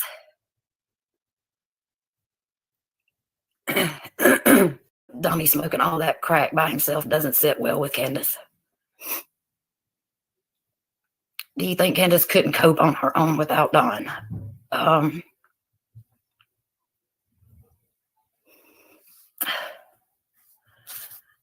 I believe there's some kind of hold there. I don't know what it is or why. She had people that would have helped and supported and stood by her side and fought for those kids. And she had people. Many of us were there to help her get the things that she said she wanted and make a better life for herself.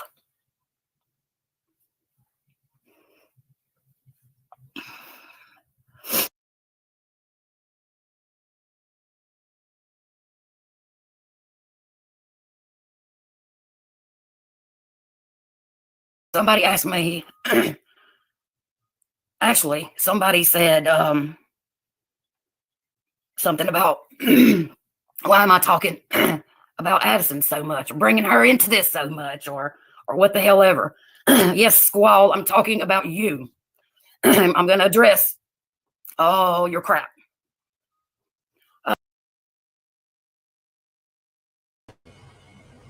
We've already watched that. Let's go back to Prayer Garden. We didn't get very far. My gosh, you got that cold too, and they got it, right? They got it as well. And I'm like, I don't even know where this stuff came from, but it seems like it's running rampant. I don't know if any of you have got that freaking cough. It's worse at night. It's worse at nighttime than it is during the day, but it is absolutely not, it's not good. It's not real bad. I mean, it don't stop you from working or doing stuff, but just enough to irritate the hell out of you.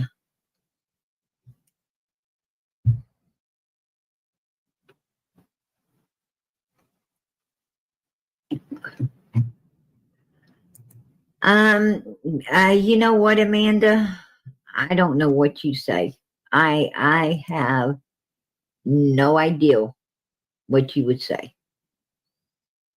I just wouldn't want to, I wouldn't want to be in those boots, because, God's going to show you. He's going to show you your part in it all, right? He's going to show you your part. If you do evil, do you think that we're the only ones that have movie screens? Absolutely not. The only difference is God don't need a projector. All right, He don't need a projector. He's that big movie screen is going to pop up, and you're going to see,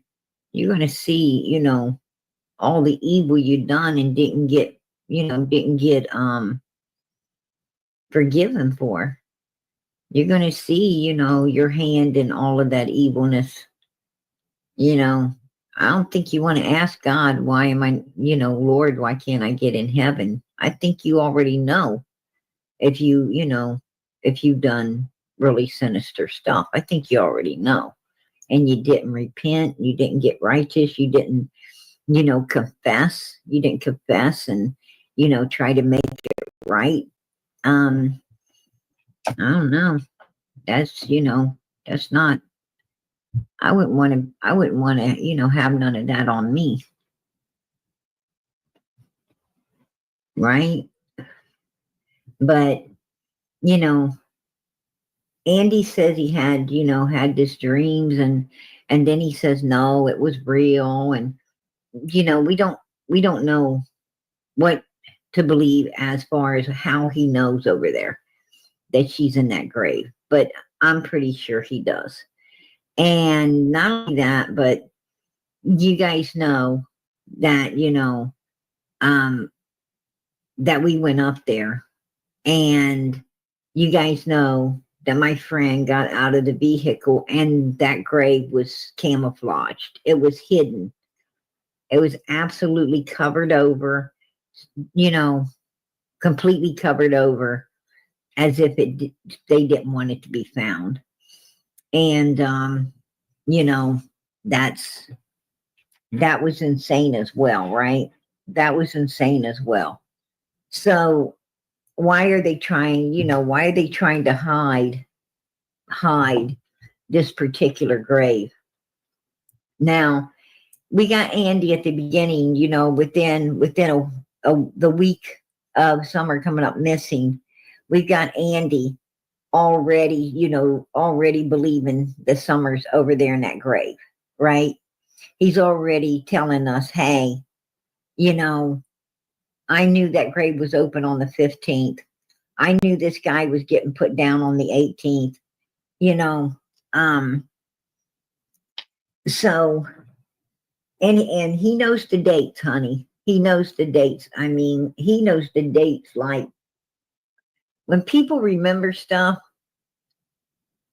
trust me, when people, are able to call out names and they're able to call out dates, they had their hands in that shit. They, because if you don't got your hands in something, you're like, what? You ain't calling out no dates. You ain't calling out no names, because hell, you can't remember, because you didn't have nothing to do with it. It wasn't a priority for you, right? It wasn't a priority for you. The only time that you know dates and names is when it's a priority for you. And you got to have something in it to remember all that stuff. And he did. He remembered the date that this guy passed away. He remembered, the date Summer got taken. He remembers, he said there was a blue tin up over there when law enforcement was up there looking for Summer, the big blue tin up there. He also said, and Jody Sue did too. They both said there was a blue tin up there, right? Covering that grave site. And both of them, has called out that grave site on numerous occasions. Both of them, we got Andy saying, right at the time Timothy Morrison was being buried, we got him saying that, the funeral music woke him right out of his sleep. And, And he was thinking about how, you know, this guy's going down on top of Summer, right? That this guy's being put down on Summer. So that's within days of Summer, you know, missing. And then we have, you know, Andy Bernard taking this lady, you know, to the gravesite, right? And saying, this is exactly where I think she's buried. And then we have, you know, Andy Bernard coming into Jody Sue's chat saying, you know, I think she's in Morrison Cemetery and I'm not afraid to say it. As if he should have a reason to be afraid. You know, something had to be on his mind for him to, you know, continue with, and I'm not afraid to say it. You know, so that tells me there's more people than Andy mixed up in this stuff. And he is intimidated by someone. By someone he is intimidated. As much as he don't want to believe it, he is. So, you know, that's what I'm talking about. Now, you know. Now, Per Gordon, what that tells me is that Andy's given a tip that it might be there. And if that's true, then people need to check it out. But it was my chat that Andy just said what you said he said. I believe it happened 2 or 3 weeks ago. And he changed his story because I questioned him about what he said in your chat.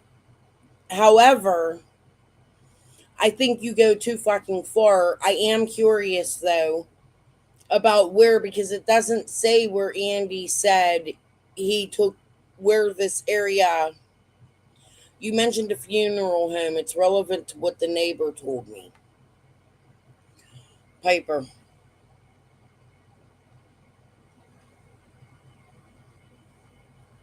You're sus, in my opinion, as fuck. I want to know what this the fuck is about.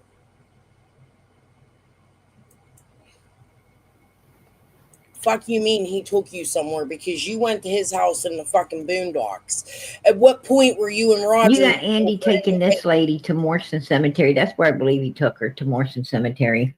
I believe he went up there and he pointed out Timothy Morrison's grave to her.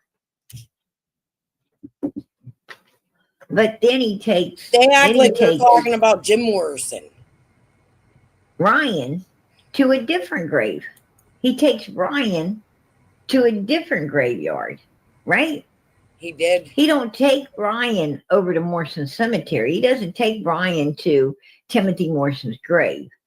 He takes Ryan to some other graveyard, you know, right there. I think she's in Morrison Cemetery.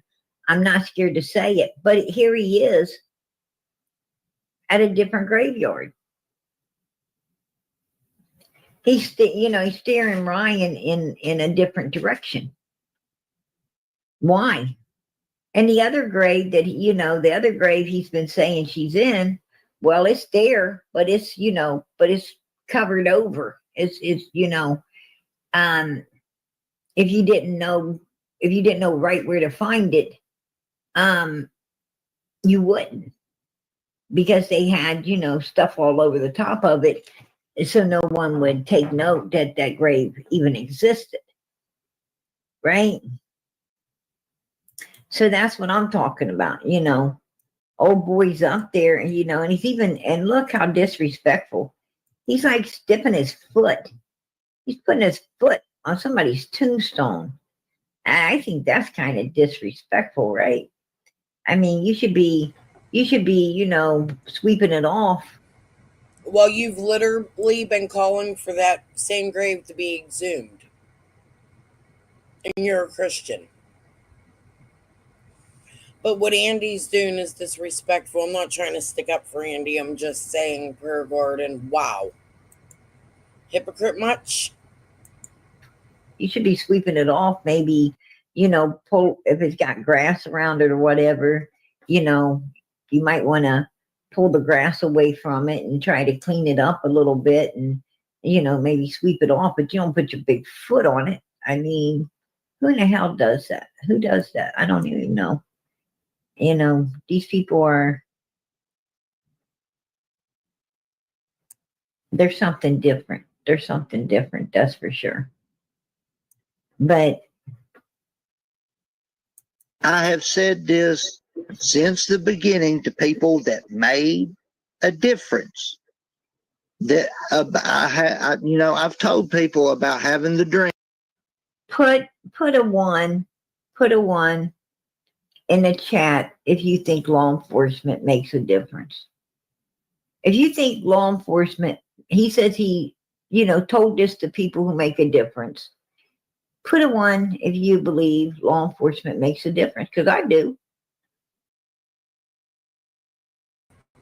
So, Chillbilly, but does that mean it was closed the same day it was dug? How long did it stay open for? I would think that the police would have checked that. I would think that while they were searching their radius, which is a circle, the police would have searched that. And I also found more evidence of something I want to go over, where Lawson was asking for people in Sullivan County to search, and that he showed much interest in the Sullivan County side during one of the press conferences. It was open for 2 days, but them same 2 days, the police were sitting right there at the bottom of Ben Hill Road searching for Summer. I just don't see her in that cemetery. I see Andy maybe having a dream. However, I am curious about why Andy would change his story the way he does. It's concerning to me. Yeah, I don't think so neither. And Blue Roof Dawn had cameras directed right at that cemetery and at Dawn and Candace's. Anna Thompson's did, or Thomas's, whatever their names were. Redmond had cameras. Fred claims he had 1 million cameras all over the fucking place. God knows if it's true. I think Fred's full shit and sus, and I think him and his sister need to be placed in jail, in my opinion, along with whoever else is involved in her little bullshit that's going on here, since she wants to mention Layla's clothes might be found in her parents' home, which is very suspicious considering Layla went missing from the hotel she works at, apparently, right? Guys, please pray for not only Summer, but for Layla Santanella and Holland and all of the missing girls all over Kingsport. There are many of them. Something's not right in that area. That's my opinion.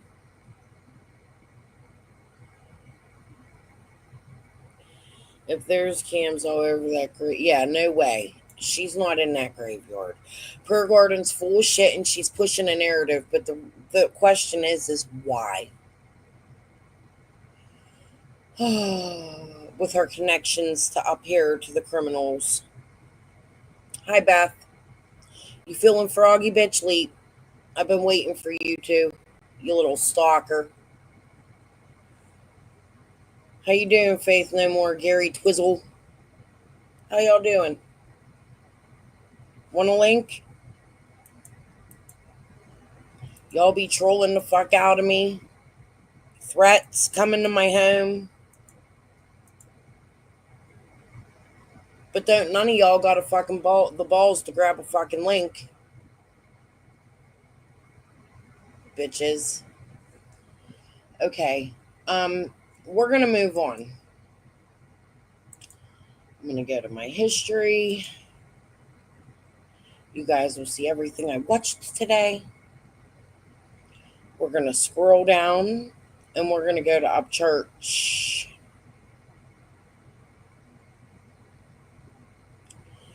The 2-hour live. How long have I been live? I'll give you guys 45 minutes of us to go over this and watch this. And then we can continue it tomorrow.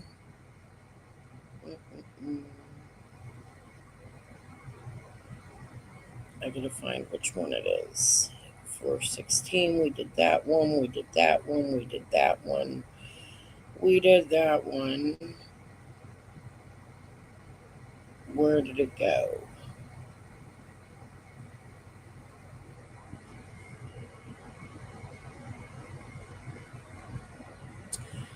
Bear with me, guys.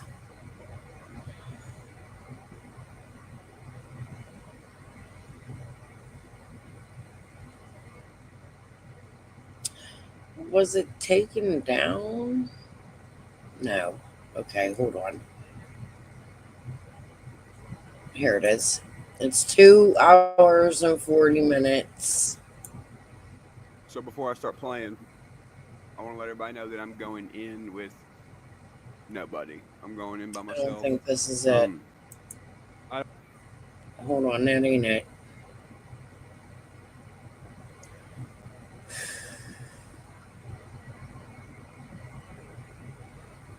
It might be. I might have to listen to it. We might have to skip along and do something else, like some We Can Bring You Hope instead tonight. Just bear with me.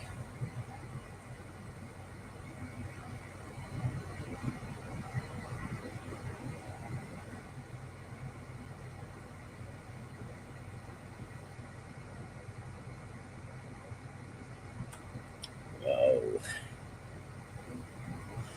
Okay, we might have to continue. I think I have to listen to that. We might have to continue that later, but I highly advise going over my content from last night about Upchurch. I do plan on getting back to it, but since I'm not sure if that's the live I wanted to share, that I'm going to share it. But what we're going to do instead is We Can Bring You Hope. There's always something to cover. Hold on.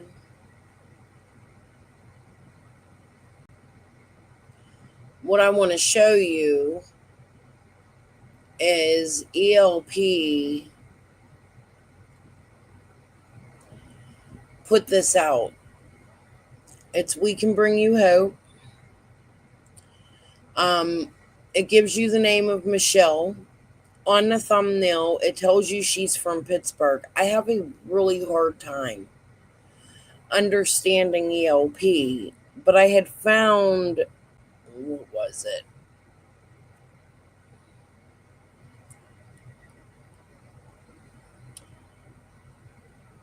This. Have PayPal. Well, I do now that I've got $3,000 friggin' hung up in. I do. There was. No, that ain't it. I know what it is.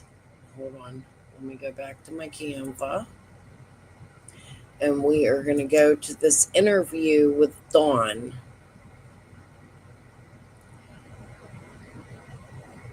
Did I upload it? Let me see. Okay. We're going to listen because Dawn mentions Michelle. And then we're going to go try to listen to ELP for a little bit. But this is something I feel that we need to really start digging into. Along with the Upchurch and TT and the connections, I think we need to figure out if there is a connection between these people. But what I want you to do is listen very carefully to what Dawn says in this. And I think that this should also even be continued. But this was him on Chris McDonough. Let me...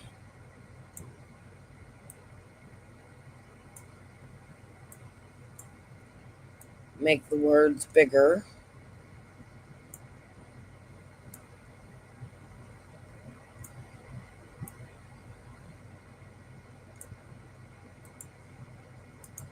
Let's make the background black so you guys can really get a feel. Yeah, that's what I want to do is focus on Summer. You know, everybody's focused on me and Candace, and I've been trying to tell them from the beginning when the cops first started pulling into our house that she's not here. And I've never listened. What do you? Cool. I know you feel that way. So what's brought you to that? Why are you at that? Well, I knew as soon as I pulled up, as soon as I pulled up, and I didn't get a call back from Candace saying, "Oh, we found her," and I come all the way out from Jonesboro, you know, and I probably made it in 30 minutes at least, if not faster. But I beat all the police there, and I went straight to the bottom property. I seen everybody looking. I knew she was gone because she don't go away from the house ever. Yeah. And so go ahead. Yeah, well, I just knew. I knew right then, that very second, that she was gone. Okay, what inside of you brought that so quickly, brother? Where did you come from on that? Well, I knew they was looking around the hill and everything up top there, and I drove straight to the bottom there where that little funky shed is there, and I went down the hill by the creek in that little 4-wheel drive Subaru. I went straight down there to the creek, and I seen the boys down there, and they know not to travel alone. They was together, and I seen my neighbor walking around, and I knew my heart just sank right there. I just knew it that somebody took her, because she just don't go nowhere. But she would never leave from up of the, around the house there. No way. Yeah, no, I mean. What about the boys? What were they doing when you saw them down there by the shed?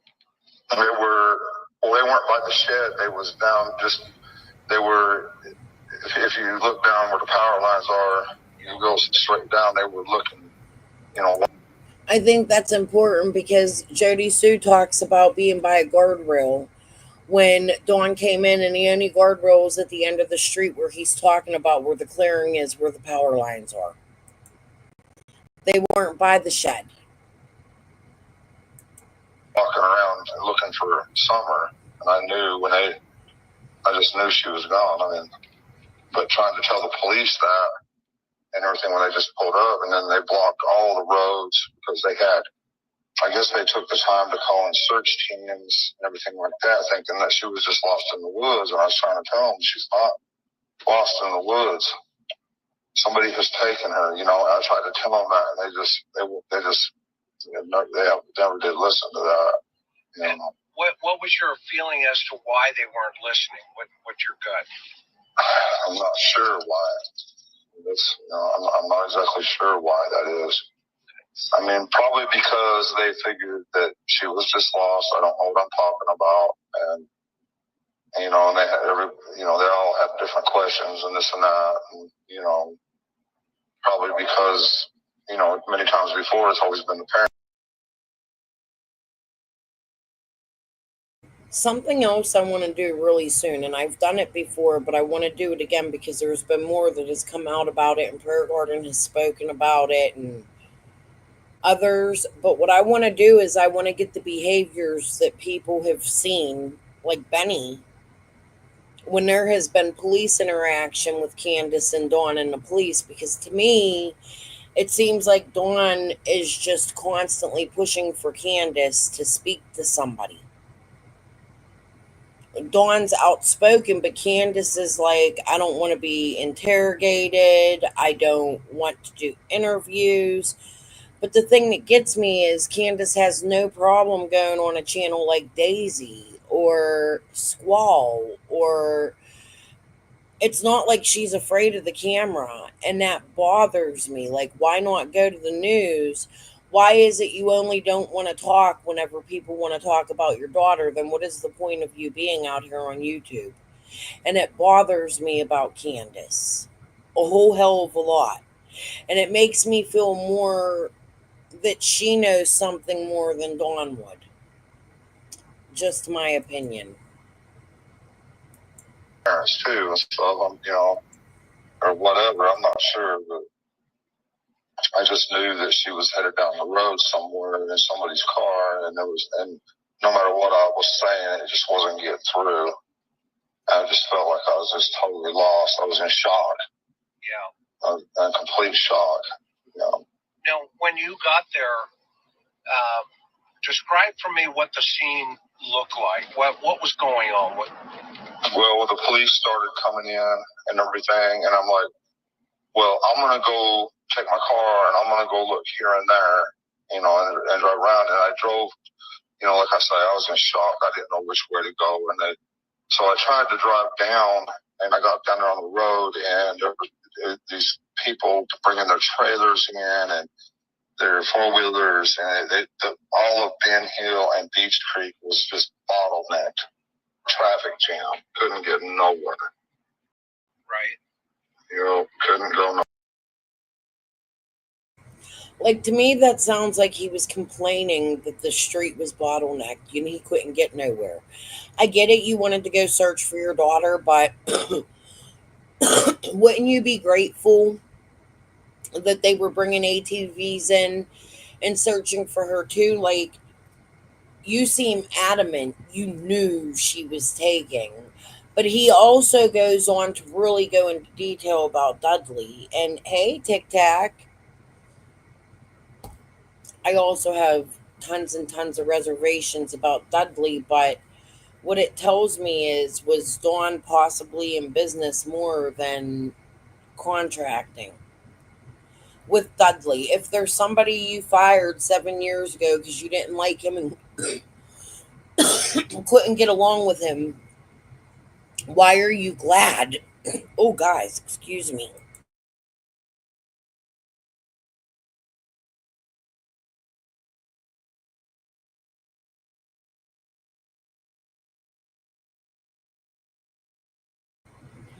Fucking itch in my throat. But why are you glad to hire him back? And not even under Tucker. Like, it sounds like he wasn't even hired with Tucker. It's like Dawn hired Dudley himself because somebody else didn't want him and they didn't want him at Tucker. We're going to go over that too. That was something I listened to the other day. And I do also want to go over Dudley and Dawn on Share. I think Dudley's a suspect. I do. For a long time, I did not. I thought Dudley was innocent, but after discovering major crimes that match the crime of Summer and his family, and then to find people that were connected to that crime over on Ziggy's playing shit in her chat with wrenches and picking Fred up from rehab and taking him to the police department. Hi, Kathy Bowers, Gordon, whatever your fucking name is today, Simpson. I'd like to know where the fuck you disappeared to. What do you know about Dudley A. John, Kathy? I have questions. Linda? Chicken? Any of y'all want to answer?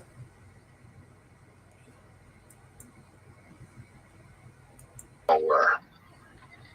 And then what about,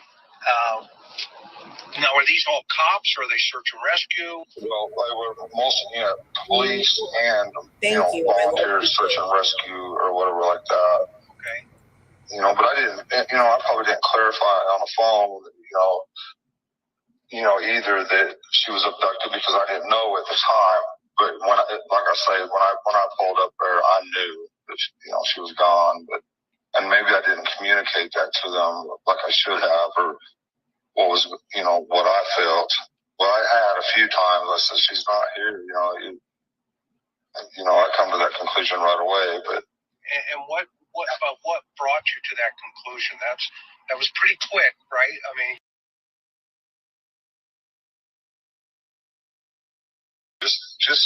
just knowing her, and that because we tried to scare the heck out of her and let her know, because we do have bears, right. And we do, them dogs. Everybody keeps talking about them dogs, but they're the stupidest damn things, and they also will go away for days and then come back, and I don't know where the heck they go, but they'll, and they weren't there that day. Oh, they weren't around that day. Yeah. Yeah. So the dogs, you think maybe the dogs got, what's your thought on why the dogs weren't there? I don't know where they go, but there's been times, like I say, they've disappeared for days, and they'll come dragging back all tired and beat up and hungry, and stuff like that. Yeah. We don't know where they go. When I told Candace she needed a zoo license. Yeah, I've seen that. Yeah. Something to keep in mind here is Jody Sue said that day her dogs came back smelling like hay and injured.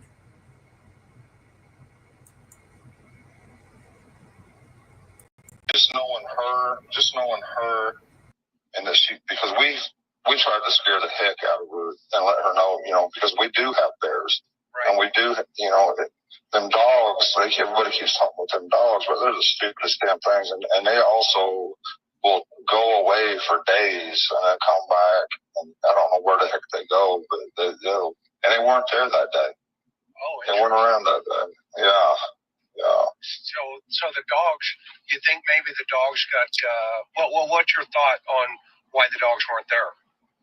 I don't know where they go, but there's been times, like I say, they've disappeared for days, and then they'll come dragging back all tired and beat up and hungry, and stuff like that. Yeah. We don't know where they go. When I told Candace she needed a zoo license. Yeah, I've seen that. Yeah. I'm like, I know. So what time did you get there? Do you remember?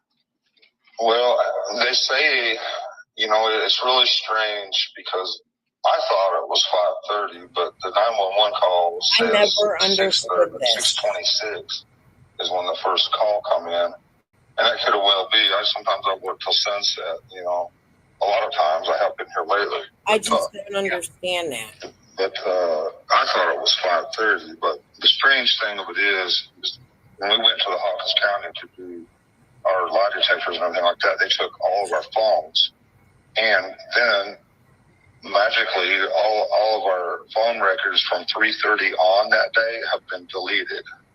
Oh, interesting. Yeah, me, my wife. So something I want you all to keep in mind there, which is another thing I plan on going over soon, is Hunter. They took Hunter's phone and kept it for after 3:30. He had conversations with Candace after Summer went missing. We know that. However, the timeline that Dawn is telling us the police are looking at, and Prayer Garden said it too in one of her recent lives. I'm going to have to find it. But they wiped the phones clean after 3:30. So what is it they were looking for after 3:30? To me, that takes Hunter out of the equation. Just my opinion. Unless they thought Hunter was with Candace and they were looking at Hunter's locations. I've been feeling a little differently about Hunter lately. I have some questions. However, my questions are more for Andrew, and even more than Andrew, Jose. And we can't question Jose. But I want to get to Jose soon one day too. Like, there's always something to cover in Summer's case. We got to always keep Summer out there. And you know what, guys? Last night I got off. And I made a promise that I was going to show Summer's face.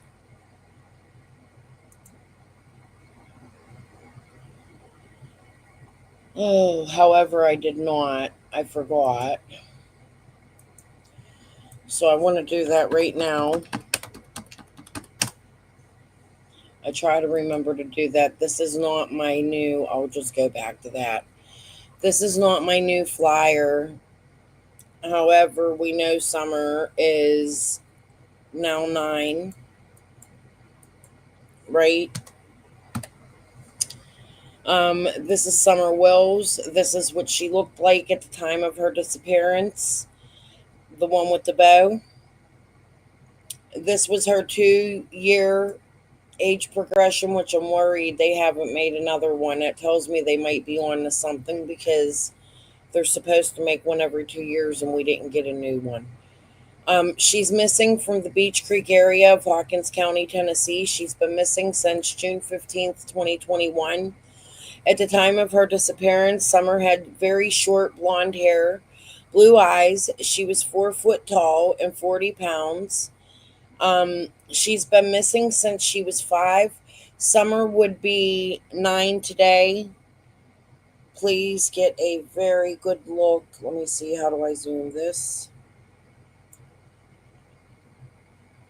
It's Summer's age progressed photo, since that's the newest photo. Also get a good look at her old photo if you've seen her around that time, or a little girl that looked like her between then and now. and you watched her grow into something that looks like this, which I believe the TBI did the best they could, and I think they're more close than anybody that wants to sexualize Summer Wells and give her pretty hair and makeup. And these YouTube sketch artists were not hired by the police. This is the photo TBI put out. Make sure you get a good look at it. All right. Let's put the video I had on back.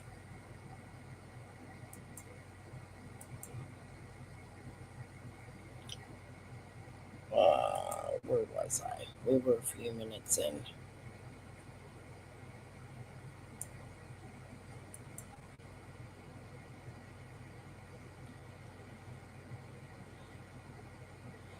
I don't want to skip what I want you guys to hear. So you know what? We're just going to start it over. But yeah, that's what I want to do is focus on Summer. You know, everybody's focused on me and Candace, and I've been trying to tell them from the beginning when the cops first started pulling into our house that she's not here. And I've never listened. What now? What do you? I know you feel that way. So what's brought you to that? I knew as soon as I pulled up. As soon as I pulled up, I didn't get a call back from Candace saying, "Oh, we found her," and I come all the way out from Jonesboro, you know, and I probably made it in 30 minutes at least, if not faster. But I beat all the police there, and I went straight to the property. I seen everybody looking. I knew she was gone because she don't go away from the house ever. Yeah. And so I go ahead. Yeah, well, I just knew. I knew right then, that very second, that she was gone. Okay, what inside of you brought that so quickly, brother? Where did you come from on that? Well, I knew they was looking around the hill and everything up top there, and I drove straight to the bottom there where that little funky shed is there, and I went down the hill by the creek in that little 4-wheel drive Subaru. I went straight down there to the creek, and I seen the boys down there, and they know not to travel alone. They was together, and I seen my neighbor walking around, and I knew my heart just sank right there. I just knew it that somebody took her, because she just don't go nowhere. But she would never leave from up of the, around the house there. No way. Yeah, I mean. What about the boys? What were they doing when you saw them down there by the shed? They weren't by the shed. They were, if you look down where the power lines are, you go straight down, they were looking, walking around looking for Summer. And I knew I just knew she was gone. I mean, but trying to tell the police that and everything when they just pulled up, and then they blocked all the roads because I guess they took the time to call in search teams and everything like that, thinking that she was just lost in the woods. And I was trying to tell them she's not lost in the woods. Somebody has taken her. I tried to tell them that, and they never did listen to that. What was your feeling as to why they weren't listening? What's your gut? I'm not sure why. I'm not exactly sure why that is.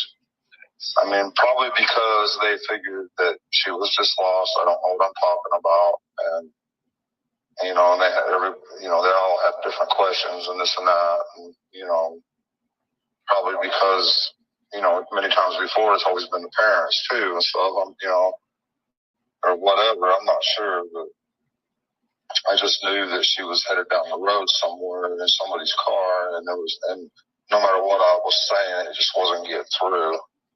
I just felt like I was just totally lost. I was in shock. Yeah. In complete shock.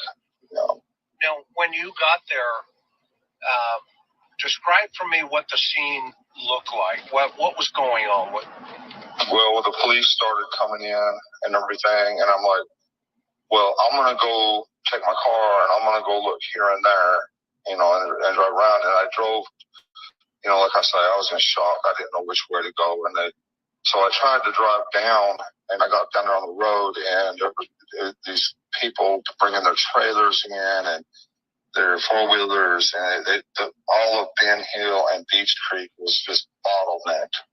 Traffic jam. Couldn't get nowhere. Right. You know, couldn't go nowhere. And then what about, now are these all cops or are they search and rescue? Well, they were mostly, police and, volunteer search and rescue or whatever like that. Okay. But I didn't, I probably didn't clarify on the phone, either that she was abducted because I didn't know at the time. But when I pulled up there, I knew that, she was gone. And maybe I didn't communicate that to them like I should have, or what was, what I felt. Well, I had a few times. I said, she's not here. I come to that conclusion right away. But and what brought you to that conclusion? That was pretty quick, right? I mean,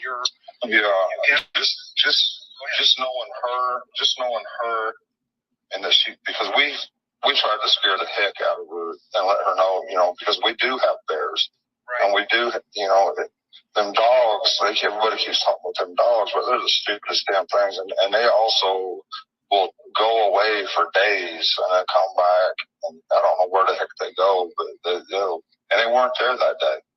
Oh, they weren't around that day. Yeah. So the dogs, you think maybe the dogs got, well, what's your thought on why the dogs weren't there?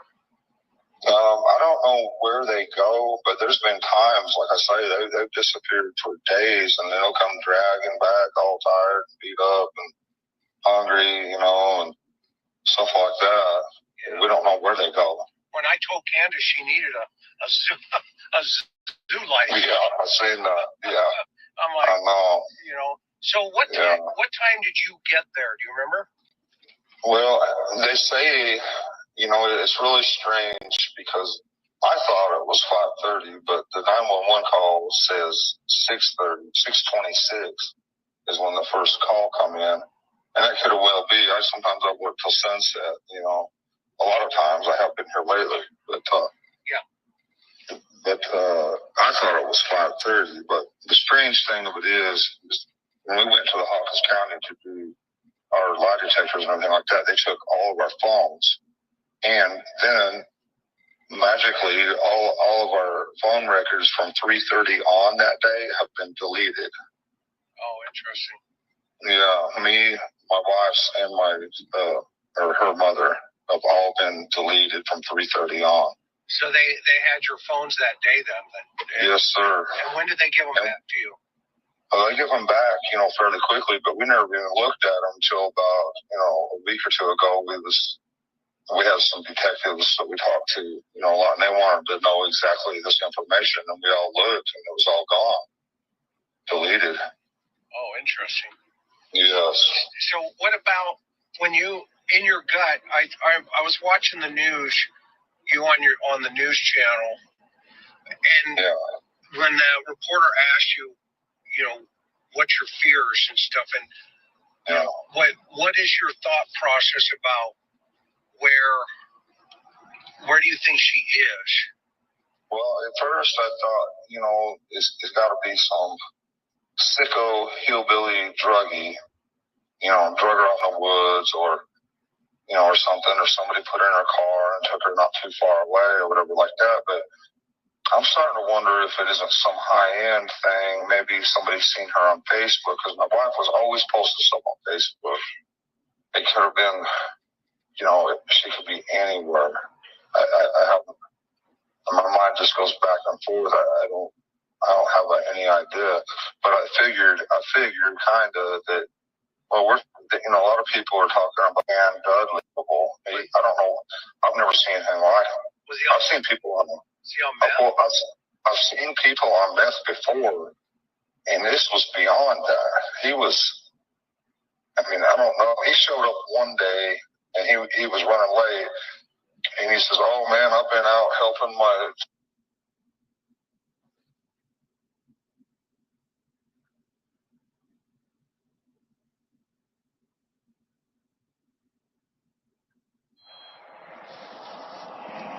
Hello. And he was running late, And he says, "Oh man, I've been out helping my uncle clear land somewhere, and blah blah blah." And this is a man that I let him in my business and give him 50%, and all he had to do was show up. And he's already given me excuses, But whatever he was on, it was bad because he wouldn't listen to anything I said. I mean, it's hard to explain, but he was just fighting me every inch of the way on everything. And I give in and would let him do, okay, you want to do that, fine. But he thought that there was all kind of dirt in his mud, and he wanted me to throw it away and get him some new stuff, and it blew up. And he's like, "Man, you put it back in there or what?" And just like yelling at me. And then later that day, he's like, "Just go home." He was throwing mud all over the floor, a brand new house, throwing mud all over the floor. And it took him 2 hours to do a 20-minute thing. And he was just so hyper-focused on it. That's a word I picked up off of YouTube about meth, but hyper-focused. I can't remember the rest, but he was absolutely hyper-focused on this one little thing that took him 2 hours. And he just couldn't get it right. He was frustrated and just going on. And finally he says, "Why don't you just go home? I can handle this house." I just hired this guy like 2 weeks ago. Right. So he says, "Go home," and all that. And I'm thinking, wow, this is crazy. So I go to lunch. I come back. I tell him, "Go home. Go home now. Get the hell off this job and don't come back." Well, he got mad, and he tried everything in the world and anything he could to get at me. And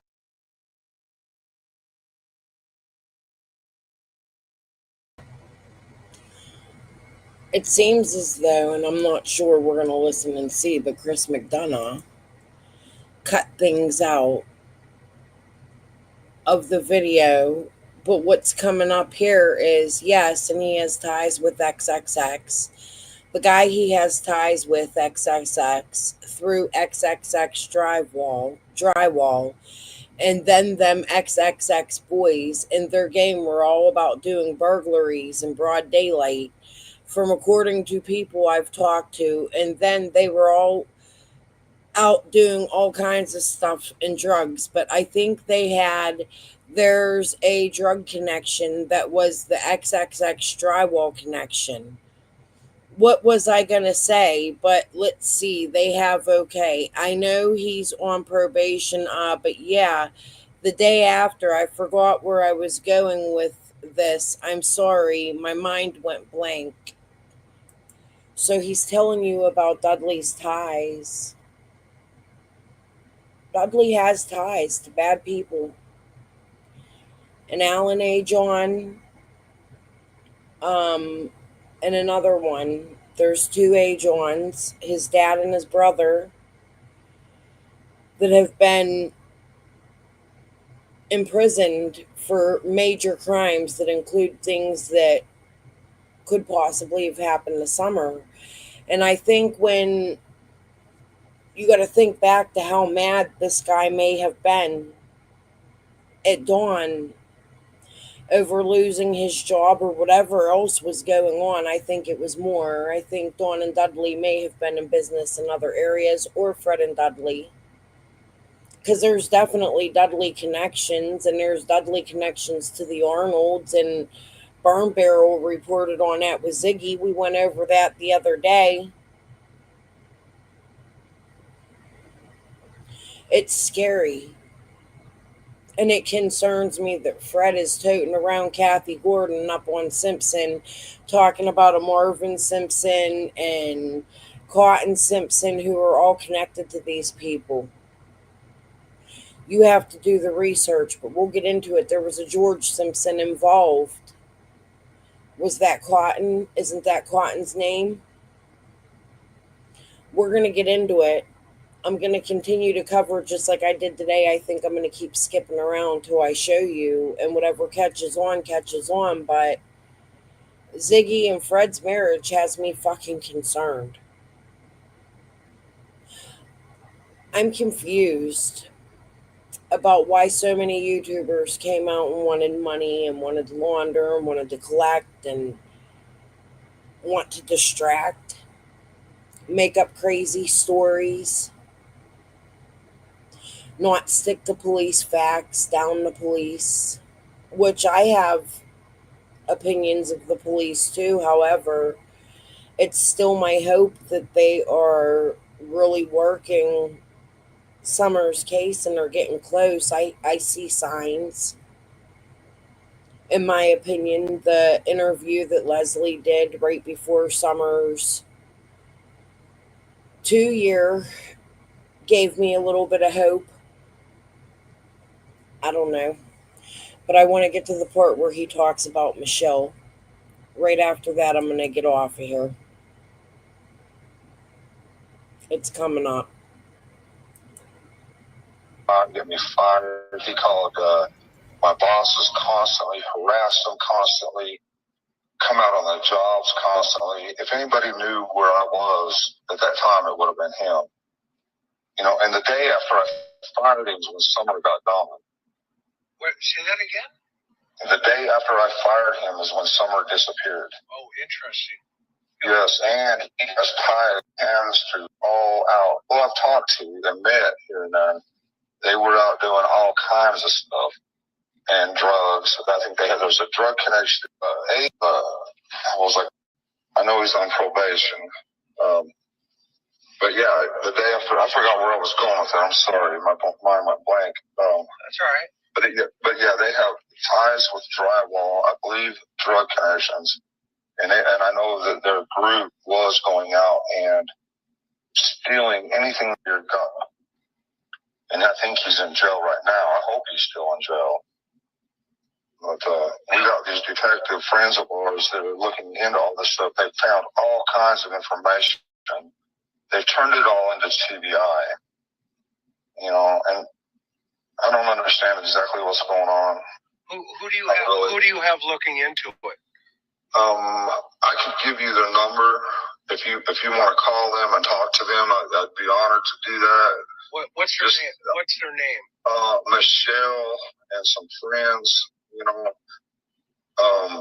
but it'd probably be better if I contacted them and give them your number. But I'm trying to bring all this stuff to light because I don't feel like. Michelle and friends. Michelle is from We Can Bring You Hope. We're going to continue this interview. I'm going to cut it right here because I think it's important that we hear what was going on at the time that Dawn had these people involved in his life. But before we listen to this interview again, tomorrow when I come live, I think you guys got to hold me to it. We have to stick to going through and listening to ELP. I also want to cover up Church tomorrow. I'm going to find some more stuff on him. I may have had the wrong thing or I have to listen to that game one. I don't like watching people play video games. It bothers me, and I don't want the pew-pews on my channel, and you know how that goes. But you did hear the name Michelle. But what you also heard was Dawn introduced her as a detective friend of ours. They're not a detective. Is that how they introduced themselves to Dawn Wills? I would like to know that. I would like to know why We Can Bring You Hope introduced themselves and why Dawn is calling these people detectives. Michelle's not a detective. They're a 501c3 that's just supposed to put flyers out and get the names of these people out. They're not supposed to be doing any investigating, Dawn. They don't have the capabilities to do that. They're not licensed for that.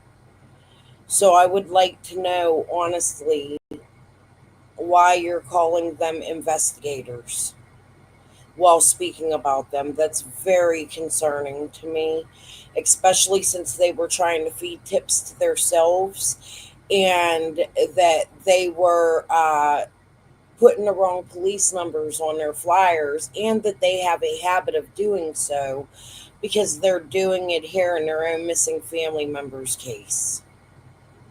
I'm going to share Jake Header tomorrow so that you guys can get a picture of him. I shared Summer tonight. Tomorrow I'll share Jay. Hold me to it.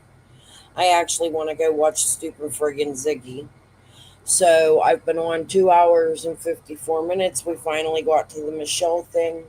I hope you've enjoyed my content tonight. I think I got a lot out there. I think we spoke about a lot. I appreciate you all for being here and supporting my channel. Everybody hit that like button. Crystal, you got good memory of the different people that live in that holler.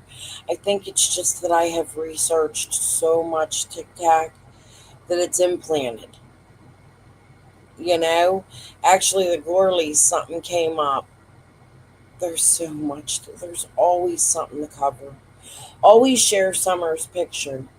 Always put out 1-800-TBI find. If anybody has answers for Summer Wells, please call 1-800-TBI, or you can email them at tips2tbi@gmail.com.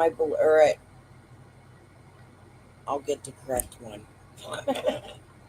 It's in all my regular videos. You can go there to get it. If you want to email them, if you prefer to email than to call. Even if you have a tip and you don't want them to know who you are, make up an email. Make up a fucking name. Just tell them where this little girl is, if you know. We're all searching and nobody's given up. All right, guys. Peace and love. I'll see you tomorrow at some point. We're going to try to go over the Upchurch. I got to find some more stuff, maybe some Millersville, and some more We Can Bring You Hope. And God knows, I like to throw in the jokes. We might have to throw Ziggy in there. Let's see what she's covering. Hi, Fred. Where you been? All right, guys. See you all tomorrow. Good night.